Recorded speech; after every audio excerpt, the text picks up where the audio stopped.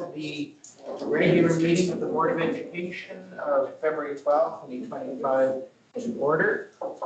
On behalf of us all, I acknowledge that we're meeting this evening on the traditional lands and territories of the Saanich people, who have lived, learned, worked, created on these lands for thousands of years, who have stewarded them and cared for them as well. And so on behalf of the board, I offer this acknowledgement and sincere effort to promote reconciliation of our communities. We have a number of guests with us tonight, some of whom are here to honor the decision we'll make in the Education Directions Report. And so I'm going to ask us to introduce ourselves individually by name and connection, affiliation, going from my seat right around the table. And then after we've done that, I'll ask those who are visiting with us virtually to introduce themselves as well. So, Mr. Reed, if you'd start, please. Hello, everyone. I'm Jason Reed, the Secretary Treasurer of the school district. Hi, Lee Delancey. I'm Executive Assistant in the Office of the Superintendent. I'm Terry Van I'm a trustee for our South Zone. Susan Hickman, trustee for the Central Saanich Zone. David Mark, I'm the principal of North Saanich Middle School and representing the Saanich Administrators Association. I was going to say good morning, but it's evening. Good evening, I'm Judy for Sardo Council. I'm the Saanich School Board member. Miss Rachel, Dila Kessler, Newblock News Company, I'm from Tahays, Quail, Trent. My name is Caleb Child, and I'm here in support of Saanich leadership, the ambassadors of the territories, and also representing our board members at CPO of Saanich. I'm Landon Underwood from Salem First Nation. Bruce Underwood. I'm Melissa Austin. I'm from the Sardo First Nation, and that's kind of what I'm here for a little bit, but at the same time, I'm on maternity leave as district principal of Indigenous education. It's Rachel Magala. I'm Sally Morgan. I'm the district teacher leader. Hi, my name is Darcy McNee, district teacher leader for curriculum and innovation. I'm Shauna Torrance, and I'm here for the SDA today. Peter Westhaver, Director of Instruction. Doris Battle, trustee, South Zone. Melissa Wilson, Sydney, trustee. Kevin Elder, trustee, North Saanich. Elsie Murphy, trustee, North Saanich. Vice Rachel Gala, Dave Everwood, Superintendent of the Saanich School District. And joining us virtually, would you introduce yourselves, please?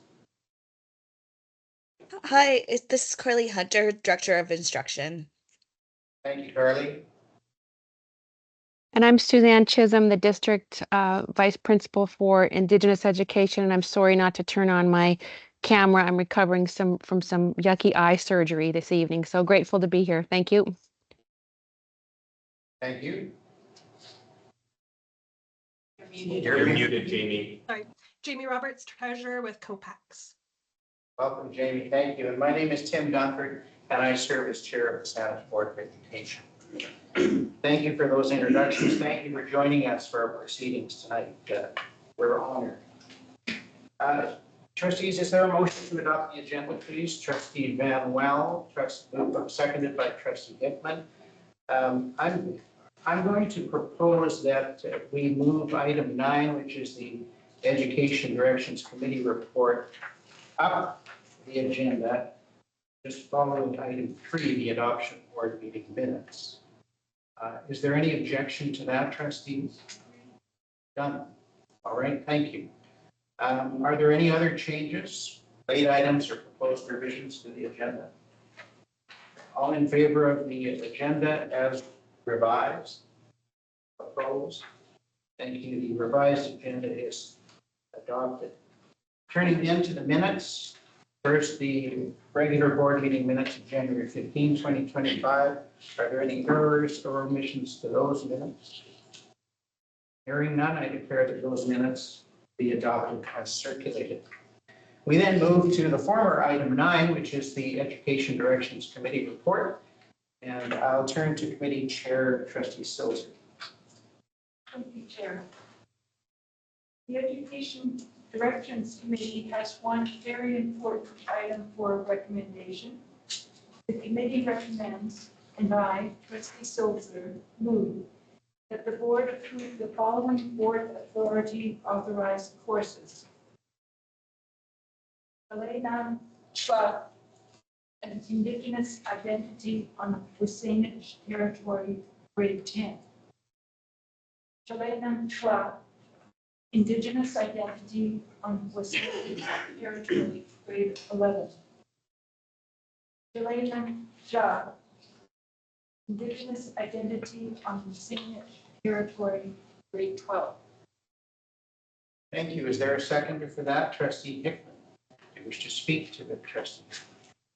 Or trustee Silzer? Thank you, Chair. We were very honored last Tuesday to have a presentation by Sally Morgan and her co-collaborators from the Wasanich Nation to present this first ever course on local Indigenous culture. And Chalayan Chua means birthright. And it has particular meaning because it was through student voice that the idea of the course was into being. And it was through very, very close collaboration with the Wasanich people that this course is now going to be offered once we pass the motion. And it fills a need and it fills our hearts to have this course available now. So that's much more will be said, I'm sure, as we continue. Thank you, trustees. Is there any comment, discussion, debate, or question? Go ahead with the question. Trustee Hickman. I'd just like to comment. Actually, I would like to give my thanks to the Salish Nations for working so closely with the district on this and being open to the idea of working with us on this and the importance it would be for our students, kind of just within one city. Thank you, trustee Hickman. Anything further, trustees? Trustee Elder. Thank you, Chair. This is as good as it gets. It was a very moving Education Directions Committee meeting. I was moved quite literally to tears. You couldn't see it because we were online. Thank you. Good. And I know that it was powerful in many ways, including emotionally, but as you say, it really speaks to our hearts as much as to our minds. This proposed set of courses, which you said will pass tonight. Although we get to vote on it. But I want to express my gratitude too, as not as a member of the committee, but as a member of the board, as a member of the population that has the honor to exist in the Wasanich territory. And I'm wondering, Chair, tell me if I'm out of line, but I found it very helpful and moving to hear from the team that presented, the development team, the members of the nation. And I wonder if, with your indulgence, it would be appropriate to see if there are any similar comments to be made by our guests tonight in support of the process and of this outcome. You're not out of line at all, trustee Elder. Just in terms of time, I think the preference the guests have expressed is after the motion is adopted. Oh, good. They would like to see. But absolutely, you're On the table, I appreciate it. thank you for that. We're honored to have that opportunity. Other trustees? I want to comment as a trustee and as chair as well. Like trustee Elder, I was touched at the discussion of this and the presentation of this at the committee meeting and spoke to that and spoke, as did trustee Elder, about the various comments made by those who were involved in the development of the course. One of the comments that struck me primarily was that from you, Ms. Morgan, when you went to the nation and said, what do you think of this? Would you help us with this? Can we collaborate, cooperate, in developing this? And you said the answer was yes. And everything flowed from that yes. All of the work from everybody then, from the yes, was a commitment to bring this to pass. And so this is a culmination of that affirmation, that work that is brought before the board for adoption tonight. And so I too wish to express my appreciation, my thanks to all of, I know not everyone who was involved is here, but by vicariously through you and by proxy to them too, who aren't here, for all of that work and that commitment and saying yes to this. As Trustee Elder said, it doesn't get better than that. So thank you for that. The trustees, unless there are other comments or questions from you, I'll put the question on the motion to approve these courses. All in favor? Opposed? Of course not. It's carried. And now, as I indicated, this is an opportunity for any of our guests whom we're so honored to have you here to witness this step by the board to contribute, to speak. I know, Caleb, you're going to lead us in a song at the end, perhaps. But before then, if any of you wish to make any comment or remarks, please feel free. We're not in a rush. Bruce, I can see that you're trying to hold back. Go ahead. You go ahead. Right.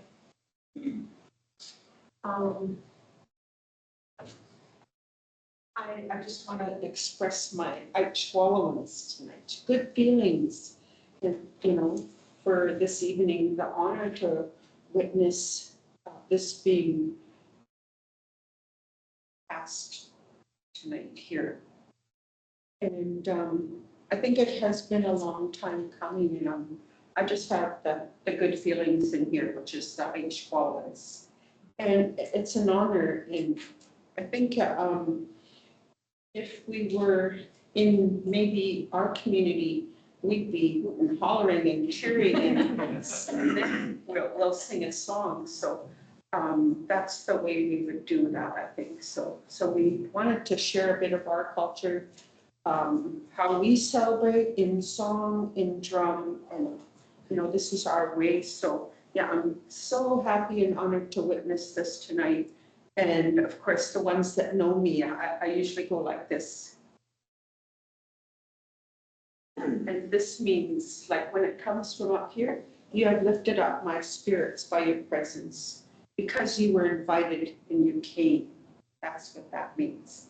Lifted up my spirits, and you go like this. That follows it. This means Haichka. So happy to be here. I couldn't miss it. So yes. Haichka to all of you for your hard work, and we'll see how this goes, and we'll kind of keep a close eye on it, and I think it's really something that this is going forward. Thank you, Janine.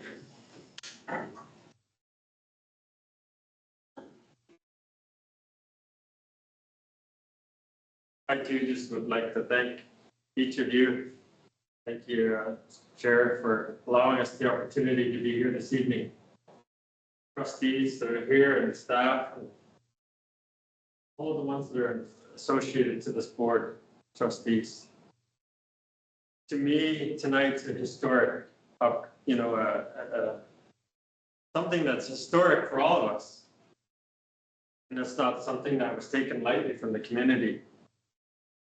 And when we talk about that unification or working in unity, Sally's done that for all of us, that inclusive, and allowing us to have an opportunity to say what we need to say. Some of the tough discussions that were in that room are what our teachers and principals facing on a daily basis. But not just the principals and the teachers. It was more so about what the students in our schools are facing every day. the struggles, the concerns, and how the parents address the concerns that are being brought home to them. And how do we go back to something that's grassroots to allowing us to be who we need to be? And when we started to talk about some of these things, it went back to the basic things in our teachings, our Snawaii, but it also reminded us that we need to also step up. But we wanted to, in our discussions as well, I thank the trustees, the school district. We talked about the local education agreement. We acknowledged the enhancement agreement. We've had some discussions around the strategic plan for the school district. You know, we mentioned some people that were instrumental at this table. When Hank Stefanik was here, as involved in our role when we were in the district here, or when I was here. I know you're all still involved. I see. I know I was calling Kevin. He was my math teacher, so I felt like I could pick on him. I still can't add.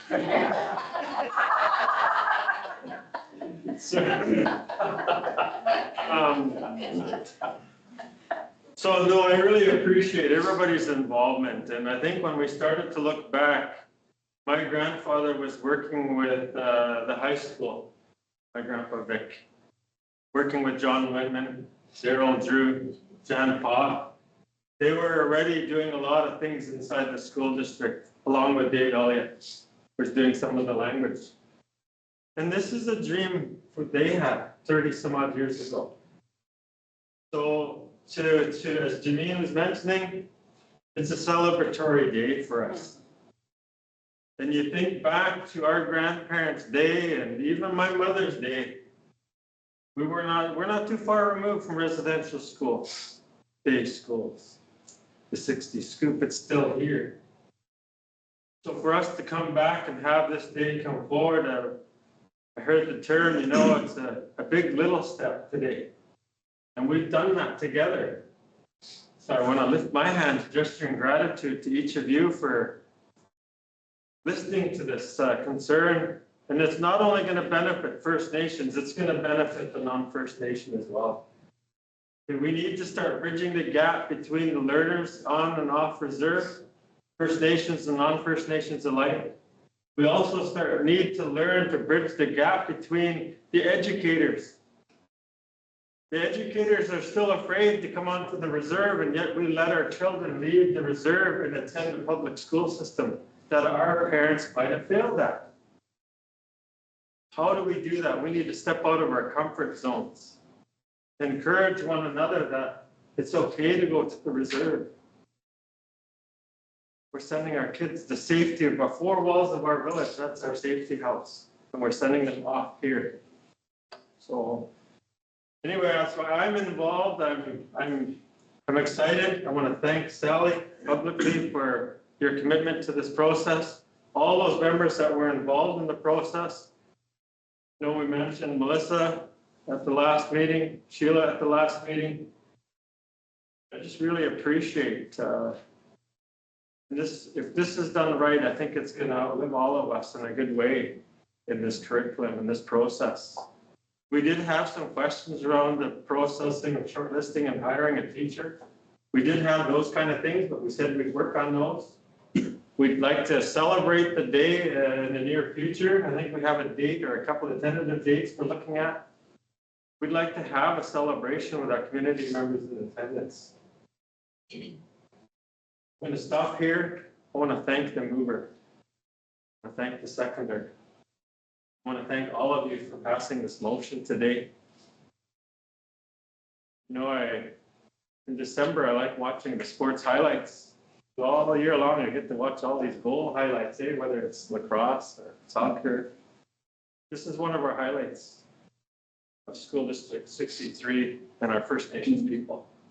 This should go up in the highlight reel. So I'm proud to know that this is happening. Messages, as soon as I get up to the car, I'm going to be phoning people and letting them know. You've done this in a respectful way, in an honorable way, and we were inclusive. So this much I say, see you, Tala. Thanking all of you for That's much I'd like to say at this time. Thank you. Thank you. Superintendent? If there's any other guests that would like to speak first, but I would like to say a few words. Amanda, did you wish to speak? He's so shy today. I got the point, I nod that I'm talking. I just also want to echo that gratitude for reaching this point today. And it is exactly that. It is a small step in the right direction and that of many to come. And we talk about that, taking small steps frequently forward in terms of the work that we're doing. About, echoes the work and the goals that we set out in the enhancement agreement before and through the work of the strategic plan and really working on that. But really just seeing what this was and, a lot of gratitude to Sally for saying yes to the opportunity to this and throwing a little wrench in the plan of, oh, by the way, I might be leaving now for a little bit. But having that faith and trust in her to do that incredible work and knowing that that was going to happen and that the community would feel heard in that process. And that's really what I've heard through this is that you have heard all of those words and that sacred information that was shared, and we've woven that into an incredible opportunity for our students and for those who have yet to come into this school district.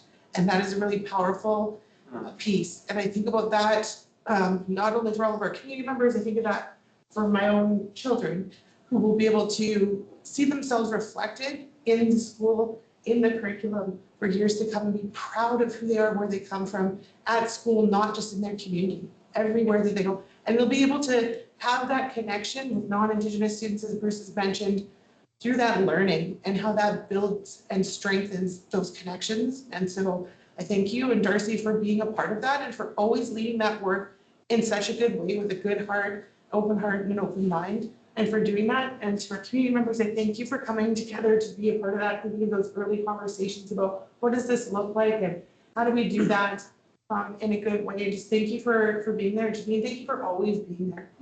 Just always being that constant. I just really value and appreciate that in the work that we're trying to do. And Bruce, I think you probably think, oh God, she's calling me again. But just being able to be that person and to help with that and to help us to continue the good work forward. And Landon, in a few years, you'll be the one who's talking at these pieces because I'm not gonna stop bugging you. Because you have that strength and that leadership and that power of that opportunity. So I look forward to our continued work together many years into the future. And Caleb, thank you for being here. Thank you for the work that I know is difficult and a work that you're doing to lead that work and to help our community and our nation, that educational piece, which is so key and fundamental to the work ahead. So thank you for leading that alongside us in a good way. Thank you to all of you for indulging me in coming back. Not that I've actually ever really left because you know me, it's kind of impossible. And I think especially in circumstances like this where it's such positive work for our students and for our school district. So thank you. Nancy.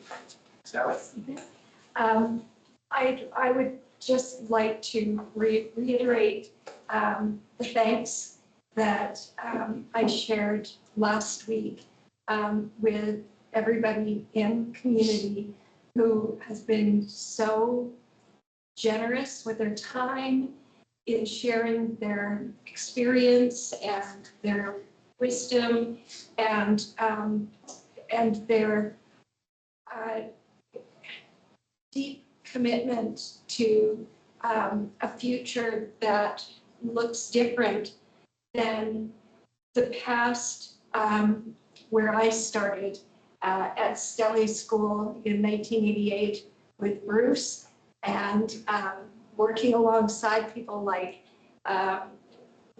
Jan Todd and Daryl Drew and John Winman, people who were my colleagues at that time. For me, this is a real full circle kind of moment because the part of my teaching career that never felt right was the work that we were doing at that point with our Indigenous students. We had so much to learn, And what I see today in the commitment around this table and in communities and you know, beyond that, to really do things differently. It's really a wonderful thing. But Janine, thank you. Aishka, Landon, your leadership, thank you. Bruce, thank you. We couldn't have done this without you. We couldn't have done it without Lila or Sheila or Vern or Verna. So many people who have contributed to this work. Melissa, I will be ever grateful that you gave me this opportunity. Darcy, thank you. Everybody knows what Darcy does behind the scenes. Suzanne, who couldn't be here tonight, has been such a solid, strong leader. And Caleb, thank you for being here tonight and being here to celebrate with us. Thank you, Sally. Superintendent. Thank you, Mr. Chair. I would be remiss if I didn't offer some additional words of support for the process. I feel so honored to be in a district that values the important work that lies before us. I think one of the most important obligations we have as educators is to provide a learning environment where children feel like they belong, where they have a voice, where they can see themselves reflected, not only in their school environment, but in the curriculum, the resources, and the attitudes that support them as individuals, that support them as humans, and that value them for their contributions. For far too long, First Nations voices haven't been heard. First Nations voices haven't been equal to non-First Nations voices. And as Sally indicated, my education was so remiss in sharing the wealth and the wisdom that First Nations communities can offer. And I am so very proud to be part of a community that doesn't take for granted the relationship we have with the local Saanich villages and the people within them. We can be very proud of the work that we have done, and I'm extremely proud of this work that lies before us this evening. But I also know we have much more work to do. Racism still exists in our communities and in our schools, and in our hallways, and in our streets, where the voice of First Nations are not as respected as they need to be. But it's a time to celebrate this evening with the acceptance of these courses as part of our fabric within the Saanich School District. And for me, it has reinvigorated and re-energized and refocused for me the importance of the work that still lies ahead. And I'm just very touched that the nation came out to witness this evening. I know I look forward to the celebration in the community and our continued partnership for many years to come. So on behalf of the school district, I raise my hands to you and all the work that you have done, and you're welcoming me into your community and to be part of the fabric of this peninsula. Thank you. So, Kayla Kessler, Mr. Chair, and to all of you for allowing me to also be a voice in Circle this evening. The words on my heart echo so much of the gratitude that we witnessed and that we've acknowledged. And I think that it is only right and protocol to recognize our Saanich host, Kayla Kessler, Saanich, Klidla Tula, La Huskika, Kafnu, Winning with State Panala.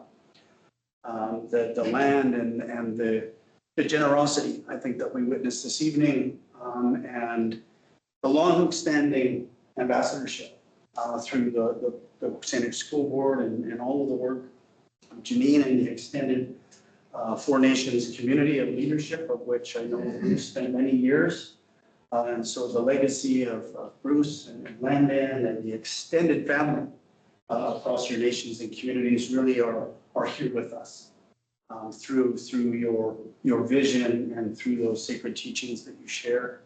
And also just recognizing Sister Melissa and the legacy of her family, her mother, and Auntie Marie, and so many of those educational transformers that are also in the room this evening alongside the work. So as a witness, I think it's only important also as a guest in Saanich territory. My ancestry is Kwagil First Nation, so I too, like many of you, live and learn and acknowledge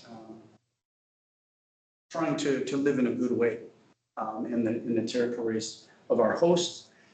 And it's remarkable, you know, thinking of my brother's sports reference, you know, this really is a TSN turning point for systems, for currencies of modern or Western constructs of education, the technicians that are able to craft what we mean when the Saanich host talk about that sacred territory, those place names, those village sites, the language, the land, the family, the community, all of that currency and unbroken line of tradition that is now represented in curricular frameworks around Chilean to provide the opportunity for not only Saanich students, as Melissa referenced, to have access to their birthright in SD 63 schools.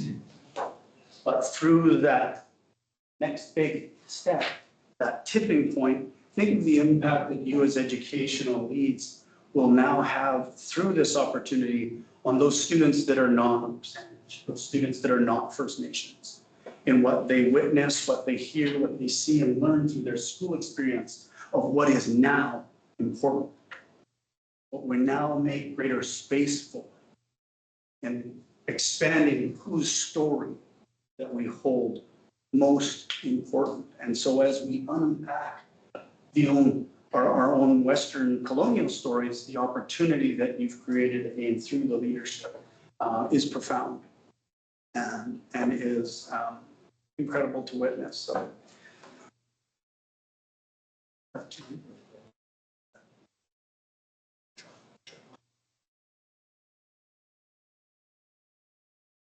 Just that.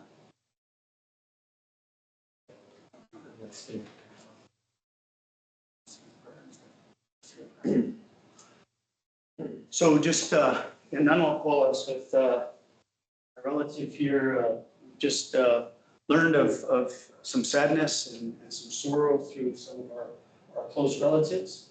And so we'd like to just maybe close, certainly I'll close the statements from my heart and acknowledging again, the strength of our community, the strength of the unity represented in relationship and in trust, for the Board of Education to allow the leadership of the land to set yet a greater pathway. And so as a guest in territory, I too just want to recognize the strength and the humility in being able to witness the transformation that we're all a part of. So, you want to say a prayer?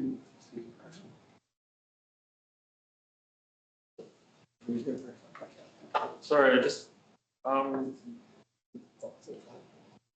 Paul Mackenzie's father passed? Yes. So, you know what? If one of us are hurting, we all hurt. I don't think we should have a celebration song.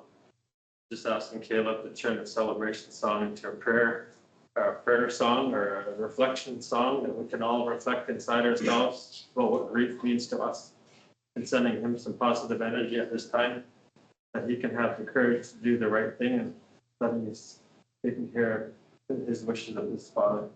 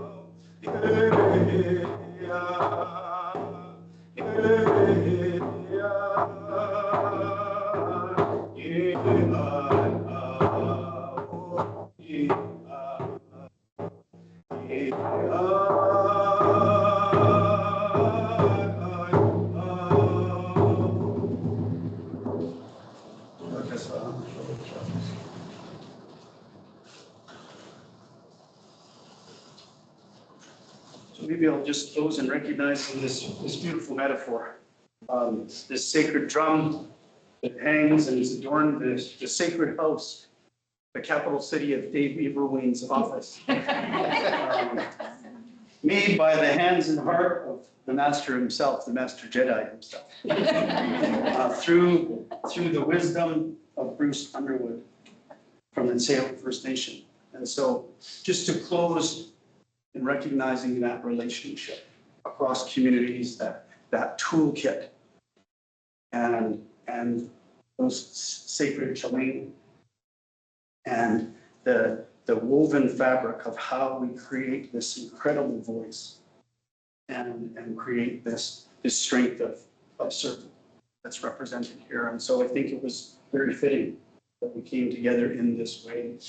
We needed a drum and one came to us. And so with that, just thank you all for your time this evening, an opportunity to shift the agenda, to really make the space for us to set a strong and collective heart forward. Yeah, I think the piece about that drum is also that this came together through the work of Paul. And I think to send that song to him and his family through something that was his vision and his dream that came together, I think is very fitting and really feels, yeah, I think I just have to share that with him. I think that's a very powerful thing that just took place here. Thank you. That's a love song, so we send love and condolences to our family. Thank you, Caleb. Thank you, all of you, for taking the time to come and honor us in our process in adopting these courses that you've worked so hard on. And thank you for your comments and thank you for your kindness towards Paul McKenzie and his loss. Does that complete your report, Trustee Silver? This has been a moving experience. I'm going to suggest that we recess for 5 minutes while we bid you adieu, unless you want to stay for the rest of our time. And we can just interact with you personally as we see you off and express our appreciation for your coming. Thanks so much. Let's take 5 minutes.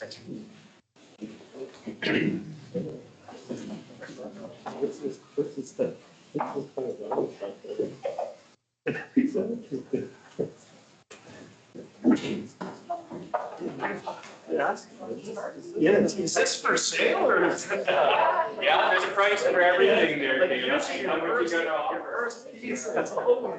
the first song that you should sell on it. Is it? Oh, I don't have to.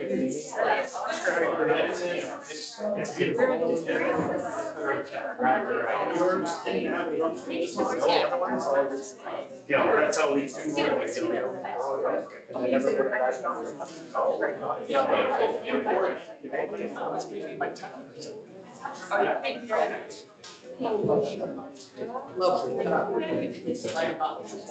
Okay, I appreciate that. Yeah, and I can advance the slides. Maybe.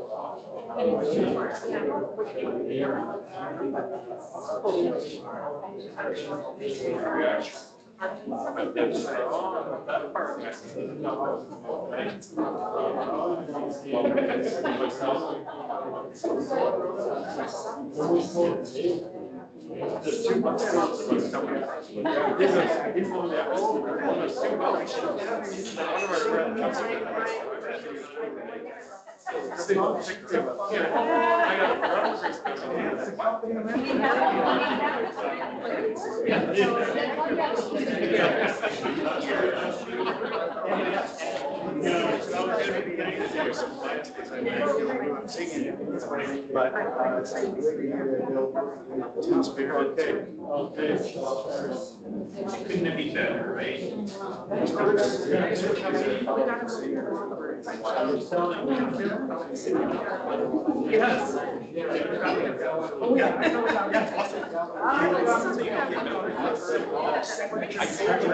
You don't remember, you don't even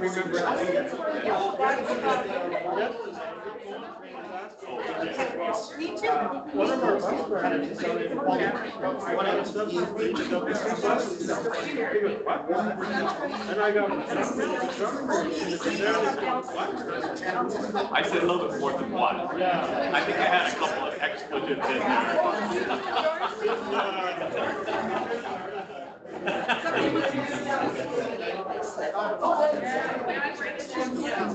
Yeah, I was trying to corner. I said, Sally, it's all good.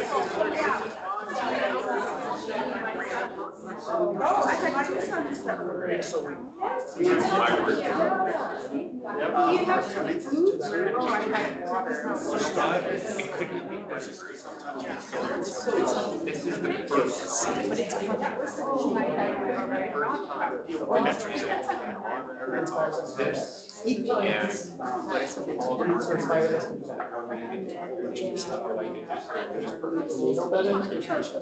Yeah, that is the interesting kind of the office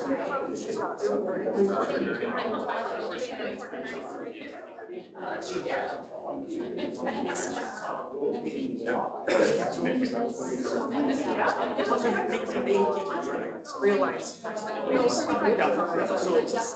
we're happy. So much it's almost, I'm sure she's graduating So I saw, maybe cross share. Yeah.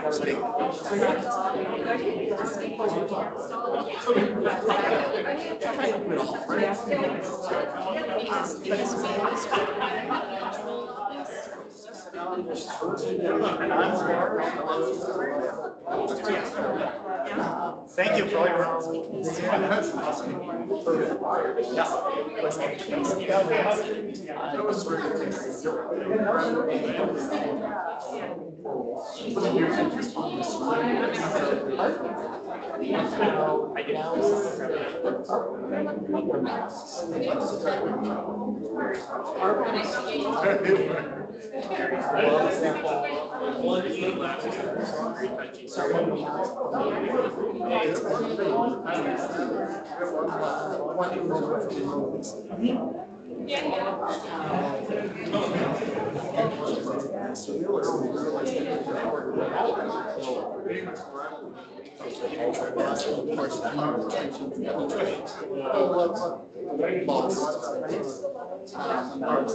It was really interesting.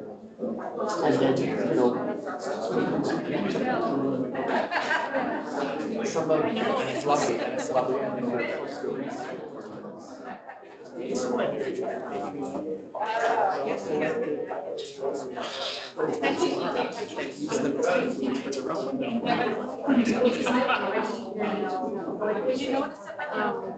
In the center.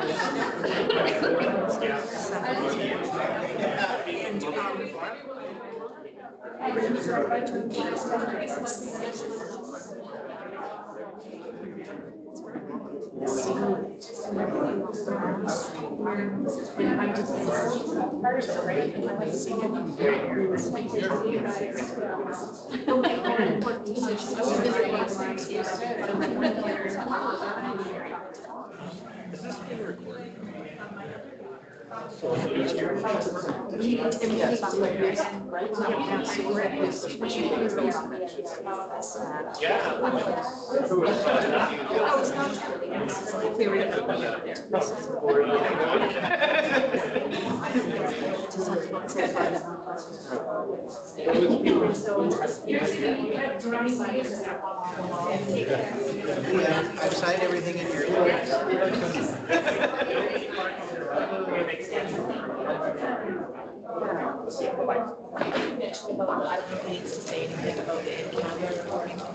You think you're going in on next year? You're gonna do that next? Is that kind of how? Oh, no, Jason's gonna, I don't think. it's my person. Right. Oh, well. Yeah, I just wanted to make sure, yeah. Yeah, I got it.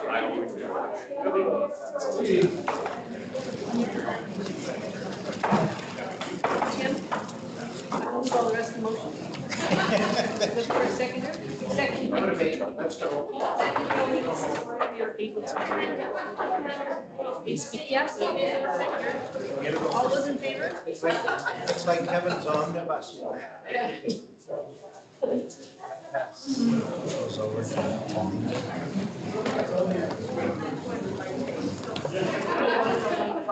And all we can do is just.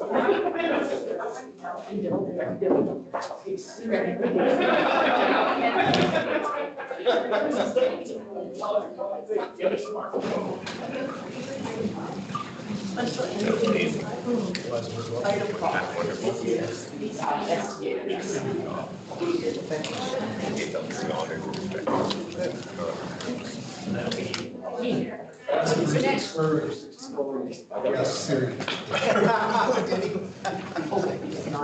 Yeah, I think you do.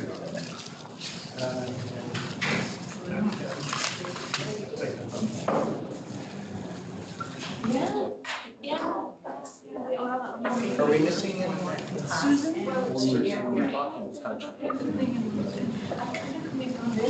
Deal with all the landmarks.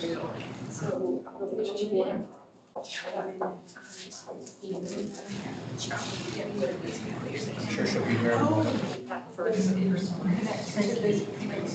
Put that song on my head now. Thank you, Nola, for taking us through that. Yeah. It's one of the best things we've ever done. When this I hope they know that it's coming to the board and invite them to say. ever. And then I'll find minute break. I knew it would be. Yeah, of course. I couldn't find any. She's going out that way. I haven't seen her since, so she won't be. There she is. Thank you for the recess, and we'll resume now. First, I'll report on the in-camera meeting that prior to the regular meeting, the board held an in-camera meeting and discussed personnel matters and business affairs. The next item is item 5 on the agenda, presentations, delegations, and questions. So first, we have a presentation from Shannon Feronis.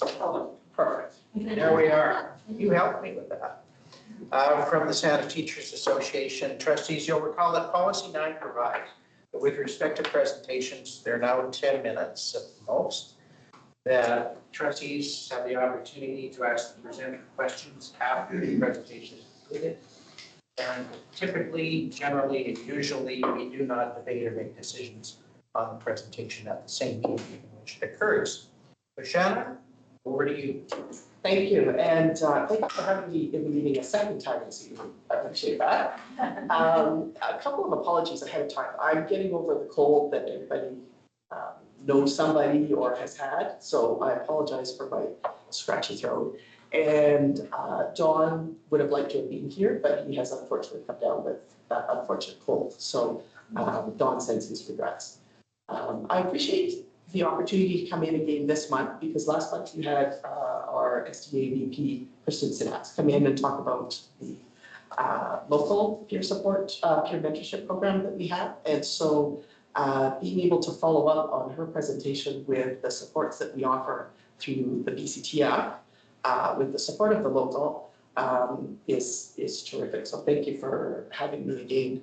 I am a 9-year participant in the peer support services. So I was a consultant for a 9-year term, and I supported 16 teachers over that time in 16 different districts between a year and 2 years at a time. I'm currently in my 3rd year with the internal mediation services with the BCTF, and I have completed 4 mediations so far. So there is a really big need. There's a large need for both peer support at the BCTF level and the mentorship level, and also for the mediation.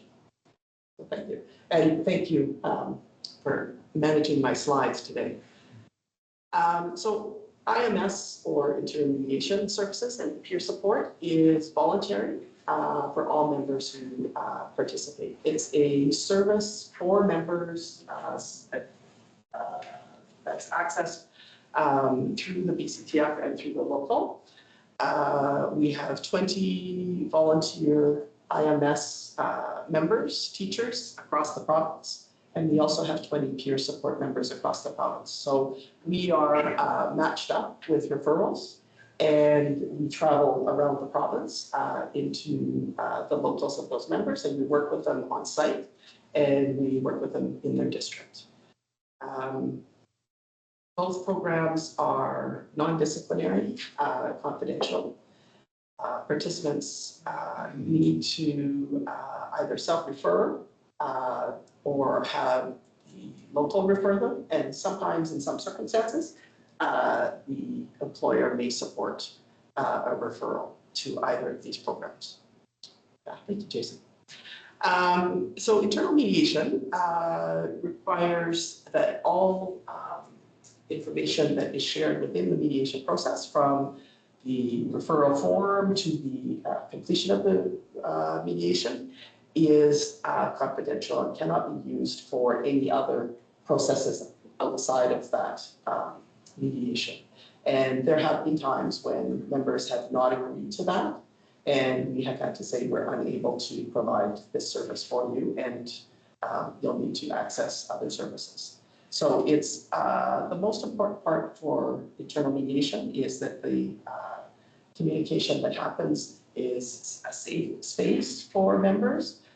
It's a supported space for members to have a conversation around the conflicts or the challenges they're having. And it's a space that they know isn't going to be discussed outside of that process. So it's not going to be shared in their school. It's not going to be shared with admin. Admin may know that either peer support or mediation is taking place only just for if I myself arrive at a school on site, just to know who's in their building. But otherwise, it's a completely confidential process. The union provides space for the mediation to take place. Sometimes that can be at the local office. Sometimes it might be a hotel conference room. And again, space is covered by, the cost for that is covered by the BCTF. The local provides release time for the members to participate. And all expenses for travel for the mediators is paid by the BCTF. Thank you. Internal mediation is effective for, most effective for resolving issues around communication, school culture and climate, can be around decision-making, policies and procedures that fall within the role of a teacher. It is not typically effective and would not be undertaken if there is any concern for personal safety. There's an expectation for mediators to be judgmental in any way. There's an expectation for mediators to make decisions because the mediation happens between the members and the members come up with the mediated agreement. It is myself as the mediator support the conversation to happen in a respectful, safe environment. So it is not my role as the mediator to be the solution provider. It's a solution-focused process between the members. Thank you. So for the process, it's voluntary participation. 2 mediators from the BCTF are assigned to each case, so there are always 2 mediators. We may meet with, it may be a mediation between 2 people. We have done larger mediations, and it's a 2-day process. So we meet with individuals on day 1, then we meet with individuals together on day 2.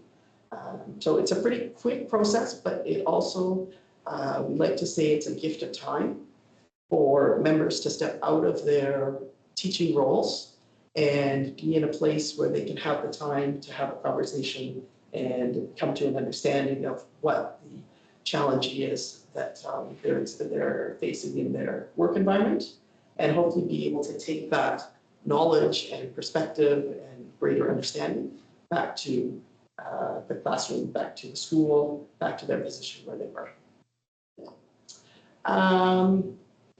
The only information that the BCTF receives following the mediation is that it was either resolved or unresolved.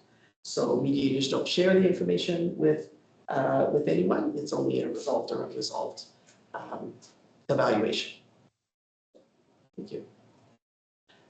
Peer support services is helpful for members who are on a plan of assistance, who have had unsatisfactory evaluations, who are at any range of their teaching career. So our mentorship program supports teachers who are 5 years or less in our district or to teaching, whereas the peer support program covers all ranges of experience for teachers.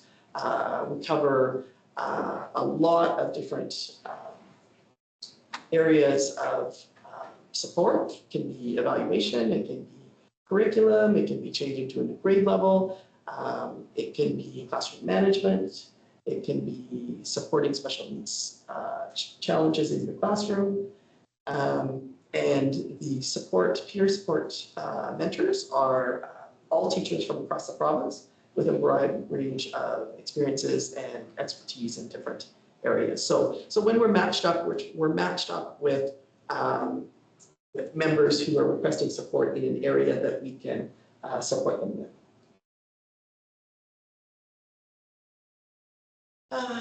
Let's see, members can participate in the process for as short a time as they would like or as long a time as they like. And typically that would range from usually a year to up to 2 years, depending on the circumstance. The union, the BCTF pays for the peer support program with the hope that there are employers at times who will cost share the program. But no members are ever denied access to the program because of finances. The BCTF is always prepared to pay the full amount for the service. Similar to IMS, all information, reports, assessments, observation notes are confidential and stay within the process of peer support. Sometimes we can be part of a plan of assistance, so peer support can be included in that plan of assistance for a teacher who has had an unsatisfactory evaluation or there are concerns in their teaching practice. Thank you. And the responsibility of the employer is that there isn't a request for any information or any notes or observations for any use in grievances or referrals to the teacher TQS or teacher regulation branch. And it's hoped that there's an opportunity for cost sharing, particularly when members are being referred because of being on a plan of assistance. That's hope that we can work together, the BCTF and the employer can work together to support that teacher to be have a successful follow-up evaluation. Thank you. The process can be a self-referral. It can be the local and the member refers. It can sometimes be with the support of the employer. We collaboratively create a plan of support, and so that's a lot of online, a lot of telephone calls, a lot of emails. We then go to that member's site and we'll work with them for 2 or 3 days, either co-teaching, evaluating, observing, giving feedback. And that can happen, depending on the circumstances, that can happen times within the time that that member is enrolled in the program. It's flexible versus the mentorship program, where we tend to keep the local mentorship program to a year.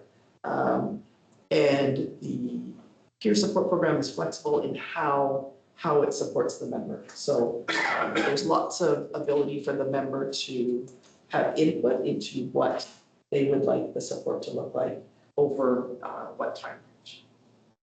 And similar to IMS, once we have concluded or the member has come to a place where they're feeling that they no longer need the support of the peer support program, we simply disclose to the BCTF that it is a program that's concluded. So PSS is for lots of different things: developing lesson plans, scope and sequence overviews, improve classroom management, incorporating IEP plans into the classroom routines and instruction, improving areas identified by the employer in unsuccessful evaluations, for supporting a plan of assistance, time management, efficient day plans, improving assessment, and just changes to maybe a subject area or a grade level or a school, even a school site, right? And navigating, it can even include support around communication with colleagues, it can be communication with parents, for members who that's a skill that they're struggling with. Thank you. And our last slide I have just to outline the differences between peer support and the mentorship program. Who is encouraged to apply for the peer support program is members at all levels of teaching experience versus the mentorship program, which is 5 years or less. The mentorship program is a self-referral program, as is the peer support program, but there can be support for the member to refer to the peer support program through their local and or with the support of the employer. The mentorship program, our local mentorship program, is funded through the local with some limited grants, while the peer support program is funded by the BCTF. The local provides the cost for release time for on-site visits, and hopefully the employer can contribute to some of that cost. And the SDA mentorship program is a time-limited program of support, whereas the peer support program offers a longer, more flexible timeline for support. Another important part of the peer support program and the mentorship program is there is no restriction for how many times you can engage the programs. So both our local mentorship program, if in 2 years you're feeling like you need some mentorship support, members are more than welcome to apply again. And the same with the peer support program and the intermediation program. Members can apply and refer themselves on more than one occasion. So that's a little bit about how we support our members locally with our mentorship program and also provincially. Thank you. Thank you. Trustees, any questions? Trustee Hickman? Thank you, Chair. I have a couple of questions. Do you just want me to start with one and give everybody a chance? No, you can ask both in sequence and have them. Right, thank you very much. Thank you for your presentation. My first question was, what training do mediators receive to be a mediator? To be the mediator. So we have meetings of 3 days, 3 times a year. And so we have in-service training 3 times a year through different mediation organizations. And we even have sometimes facilitators come from the Justice Institute to provide, having challenging communications with members, problem solving, and mediating in a way that is supportive, but not solving the problem for our members. Yeah. Thank you.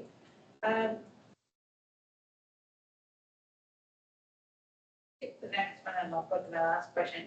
How do you handle a difficult match in peer support? So perhaps where the person that's matched, it just doesn't work. How do you handle that? How do we handle that? So that's happened to me on a couple of occasions, right? And, you're matched kind of on paper. However, our coordinator at the CTF does the matching, knows us all really well because most of us have been in either the peer support or internal mediation. You can be in it for up to 9 years.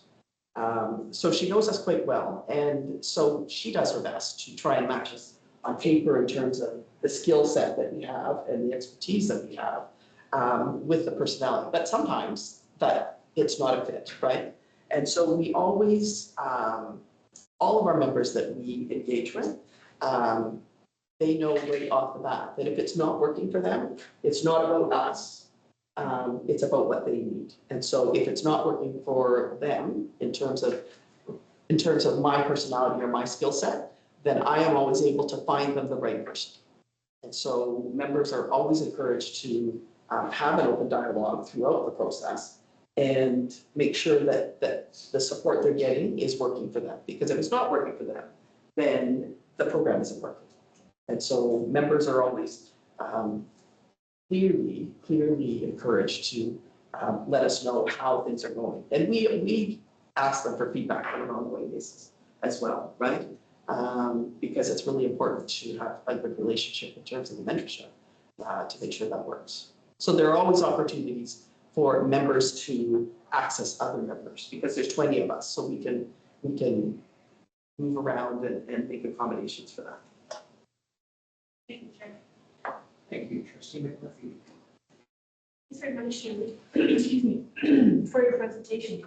Got a couple of questions. You may or may not be able to answer them, respecting the confidentiality of both processes.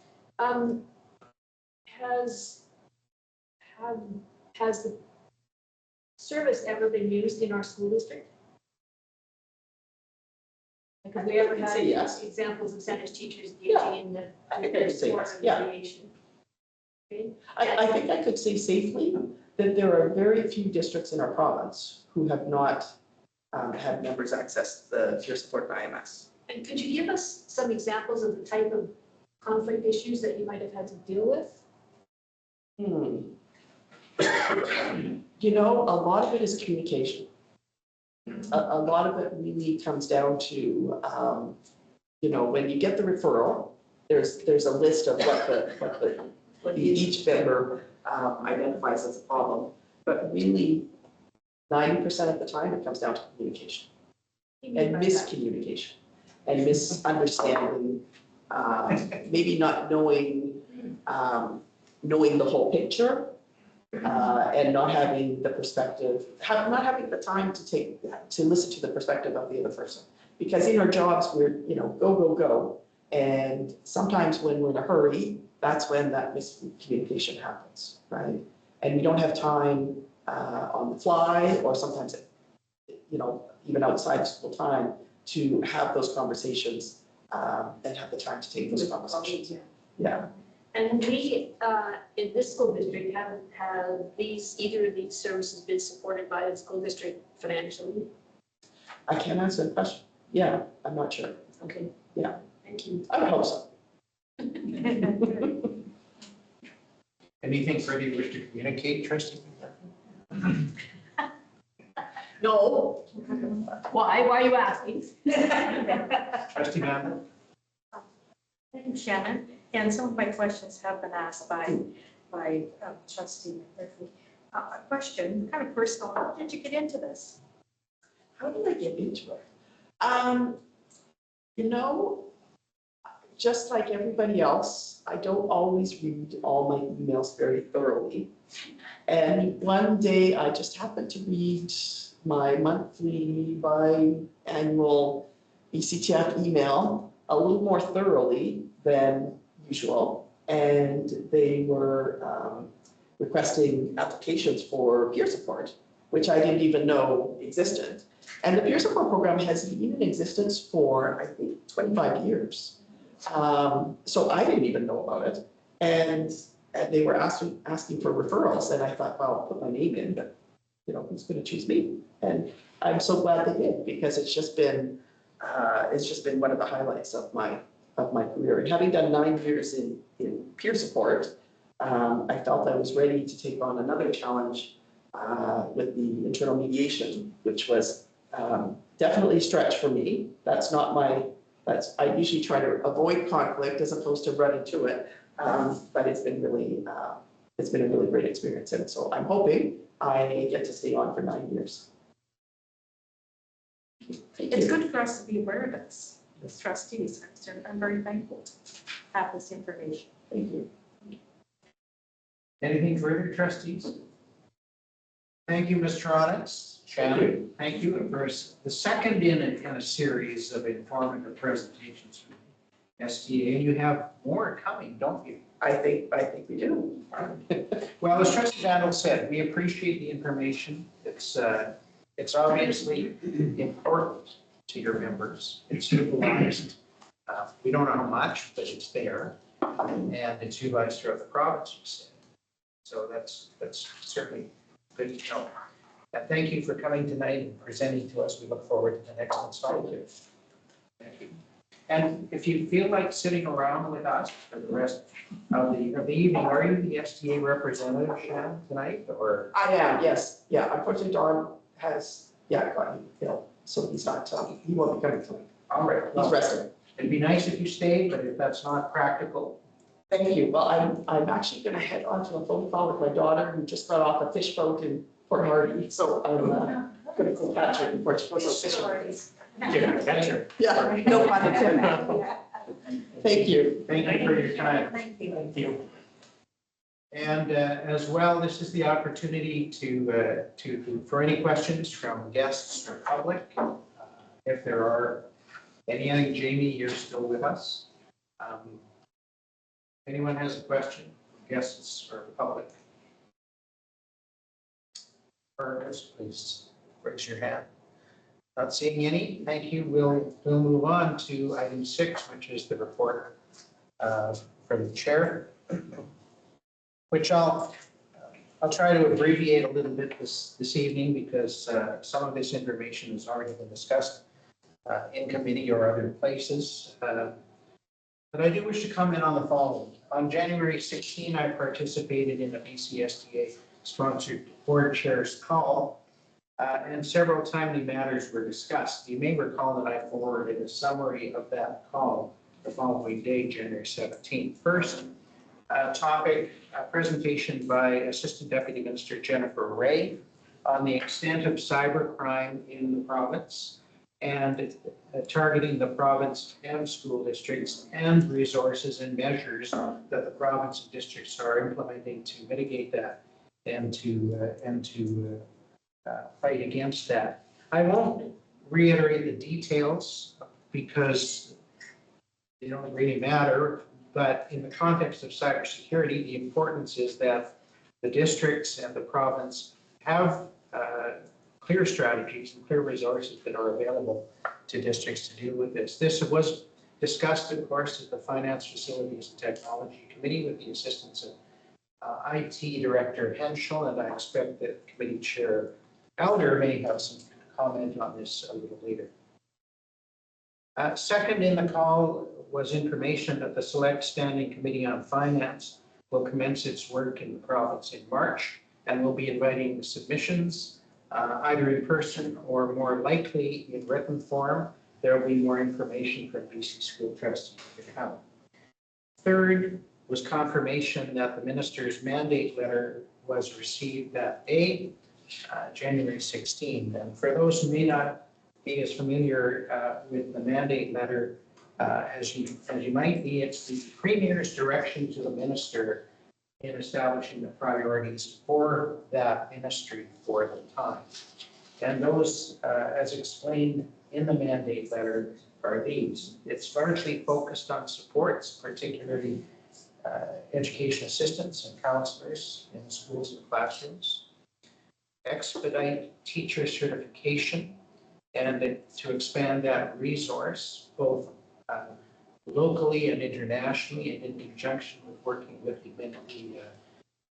Ministry of Post-Secondary Education, to improve accessibility and affordability to childcare and to before and after school care, to conduct post-pandemic assessments of student achievement. So COVID is still failing us, looking for some empirical evidence with respect to its effect, focused on literacy and numeracy, and to continue the work to increase Indigenous graduation rates. So that's really the roadmap, the strategic plan for the ministry. I didn't see in the letter relief for inflationary costs, but hope springs eternal. And there was also a discussion in the call of the relationship with the new Ministry of Infrastructure, which is, of course, taking on property and capital projects in conjunction with the education industry, as I understand. On January 22, most of the board and senior staff were privileged to attend the STA induction ceremony. It's an annual event we look forward to where we can celebrate, acknowledge, and meet the new teachers in the district as they're inducted into local. And thank you to Mr. Peterson, who couldn't be here, for extending that invitation to us. I do want to mention as well, of course, the parent engagement evening on January 29, which was a joint initiative of COPAX, DPAC, as well as the district. The theme was mental health and wellness, and there was a good and large crowd that attended. It was obviously a topic of importance and interest. Most trustees were able to attend. I know Trustee Gandel, you were at BCPC, so I think you were the only one that was unable to be there because you're serving us in other ways. I brought greetings on behalf of the board and remarks with respect to the significance of mental health as an educational issue, and provided some history and process with respect to its identification and inclusion in the 2022-2027 strategic plan as one of our goals.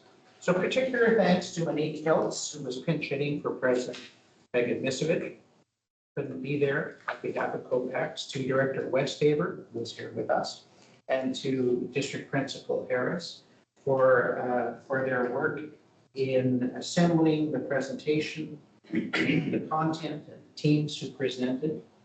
And thank you to each of the elementary, middle, and secondary school teams who did present as well, outlining their resources, programs, and approaches in effectively addressing the issue. It was noteworthy that Director Westhaver went back to his teaching days. Director Westhaver sent the schools and the PACs home with homework. Carrying out the discussion, which I think was a masterpiece in the evening.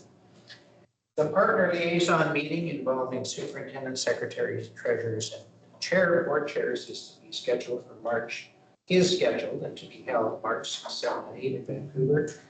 I'm away, as I mentioned before. Vice Chair Siltzer will attend on my behalf. There is a conflict, of course, with the VISTA conference, March 7 and 8 Don't know how that happened, but I understand that the superintendent and trustee Silzer will be returning for the Saturday day of the Vista Conference. And speaking of that, I'm going to remind us of that as well. I know trustee Van Pelt, you'll bring it up in your trustee representative report. Trustee Hickman. Hickman will be from that one, yeah. Whichever. We're interchangeable. Do a great job. It's to be held March 7 and 8 at the Oak Bay Beach Hotel. Our district has been the primary sponsor and organizer with the assistance of SUC 62 and official trustee Ms. Bell and staff from 61 Victoria. The theme is building the future together. And so thank you especially to the organizing committee of you two trustees, Van Well and Hickman, to Ms. Blansky and to Superintendent Everwin for pulling the threads together for a prime opportunity of learning, networking, and showcasing. And I understand our showcase, so sorry to miss this, will be our long-standing partnership with Beacon Community Services, something of which we're very proud. So as I say, Trustee Hickman, I hope I haven't stolen all your thunder about that. You have a few minutes to scribble out some more details about that. Finally, you'll note that most of this report, short though I hope it is, has centered on connections with our educational partners, the Saanich Teachers Association, OPACS, Saanich Administrators Association, and QP 441. But in addition to that, and while they may not be formal partners in the same sense, we have close and supportive connections with other local organizations, including, of course, the Saanich School Board and Community, Vancouver Island University, Hermosa College, Beacon Community Services, again, the South Island Partnership, the Victoria Family Court and Youth Justice Committee, and the Memorial Park Society. And of course, we have a multitude of provincial organizations that are designed and operate to support our work as governors of the system too. I don't have time and I won't bother you to spell out the names, but there are the acronyms of some of them, of course, the two ministries, MECC and Ministry of Infrastructure, BCSTA, VISTA, our local branch, BCPC, BCCPAC, BCPVPA, BCTF, BCASCO, FINEST, BCSSA, and others. And so to poorly paraphrase, and forgive me folks for this, I'm going to quote John Donne, "No man is an island in a slash and burn away." No board is an island entire of itself. Everyone is a piece of the public education system, a part of the whole. So just as John Donne's humanity is interconnected, so we recognize that our work, while we are the elected governors or co-governors, if you believe ministry, it's interrelated and supported by our educational partners and our other connections, local and provincial. If not, we and our work and our partners' work would be diminished. So like individuals, our partners and related organizations have their own primary interests, the representation of their members, resources, working conditions, compensation, and so forth. But the underlying theme and the work for each is supporting students to maximize their potential within their own sphere. And so I encourage us as trustees, again, as the elected governors of public education in this district and in the province. And I encourage our partners and our connections and our community and our relationships to reflect on and remember these connections and the overarching interest in student and community success, which of course is our mandate as a board, and to celebrate and communicate that success as we do our best to serve in our respective roles. Thank you. That completes my report, and I'll turn to the superintendent. Thank you very much, Mr. Chair. This evening, I would like to talk about a particular invitation that the board has received from BCSTA to perhaps put a presentation on at the annual general meeting at the end of April. as was indicated in some communication from Chair Dunford to the rest of the board, the education director at BCSTA, Gordon, reached out to both myself and to Tim to talk about the possibility of sharing a Saanich school story around communication with its community, around advocacy for public education as a whole. And it was an intriguing conversation, and Chair Dunford and I have spent some time talking about what are some possibilities. Why Saanich? Why would Saanich be a district that some people might want to hear about? So I put together a short presentation here about what it might mean to share our Saanich school story. So we were approached just recently, just a few days ago, by Gordon as a district that is talked about out in the province as a positive place to be, a positive place to learn, a positive place to work. And so it got us thinking. We really hadn't thought about ourselves within a provincial context, or even a district that might have a provincial reputation. So what are we doing right here in Saanich? What is it about Saanich that is getting out across the province? What is it about our relationships and our communication that helps us stand out? And so I think first, if we take a look at our location, we're obviously in one of the most beautiful locations in the province. We're a moderate to small size district of about 7,500 students. We're surrounded by ocean on 3 sides. We have one of the prettiest cities on the continent to the south of us, and a short, beautiful ferry ride to Vancouver to the north of us. 4 municipalities call us home. And as indicated just recently by the board chair in his report, we have a lot of extensive partnerships that we work very collaboratively with, from the University of Victoria, Camosun College, with the South Island Partnership, Vancouver Island University with several career programs, Beacon Community Services, to name a few. We have a lot to be proud of in terms of who we communicate with and how we communicate with them. And for us in Saanich, we believe that if we focus on the people, the results will come. That if we focus on supporting our staff and our students and our community, the results that we all hope and wish for will be there. We work on our transparency, our relationships, and our trust both within our district and with these community partners and the parents in our community.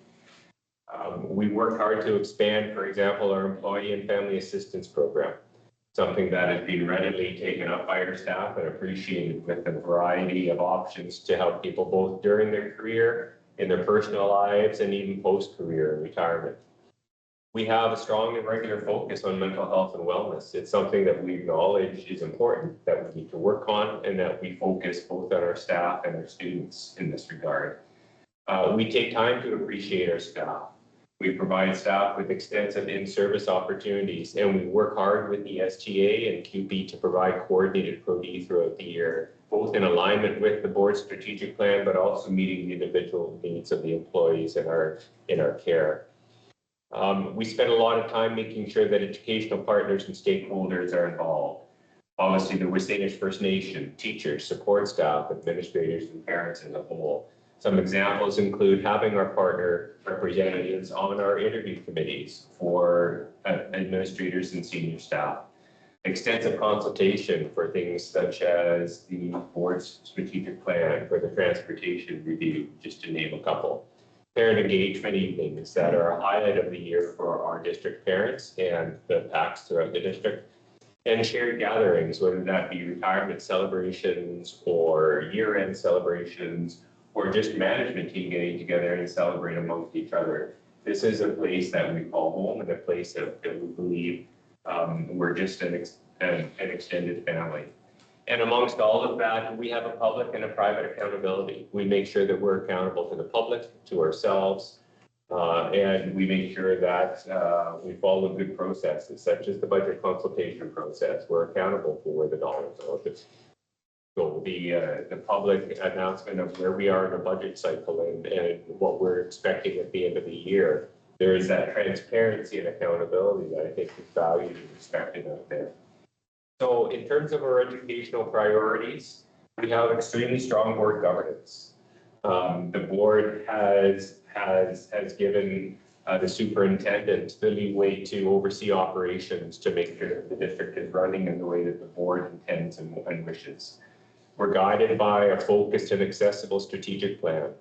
School plans fall in line with what the strategic plan is offering. Our new educational programs are in line with the strat plan, personal growth plans, budget focus, the technology plan, long-range facility plans are all guided and steered by the board's strategic plan.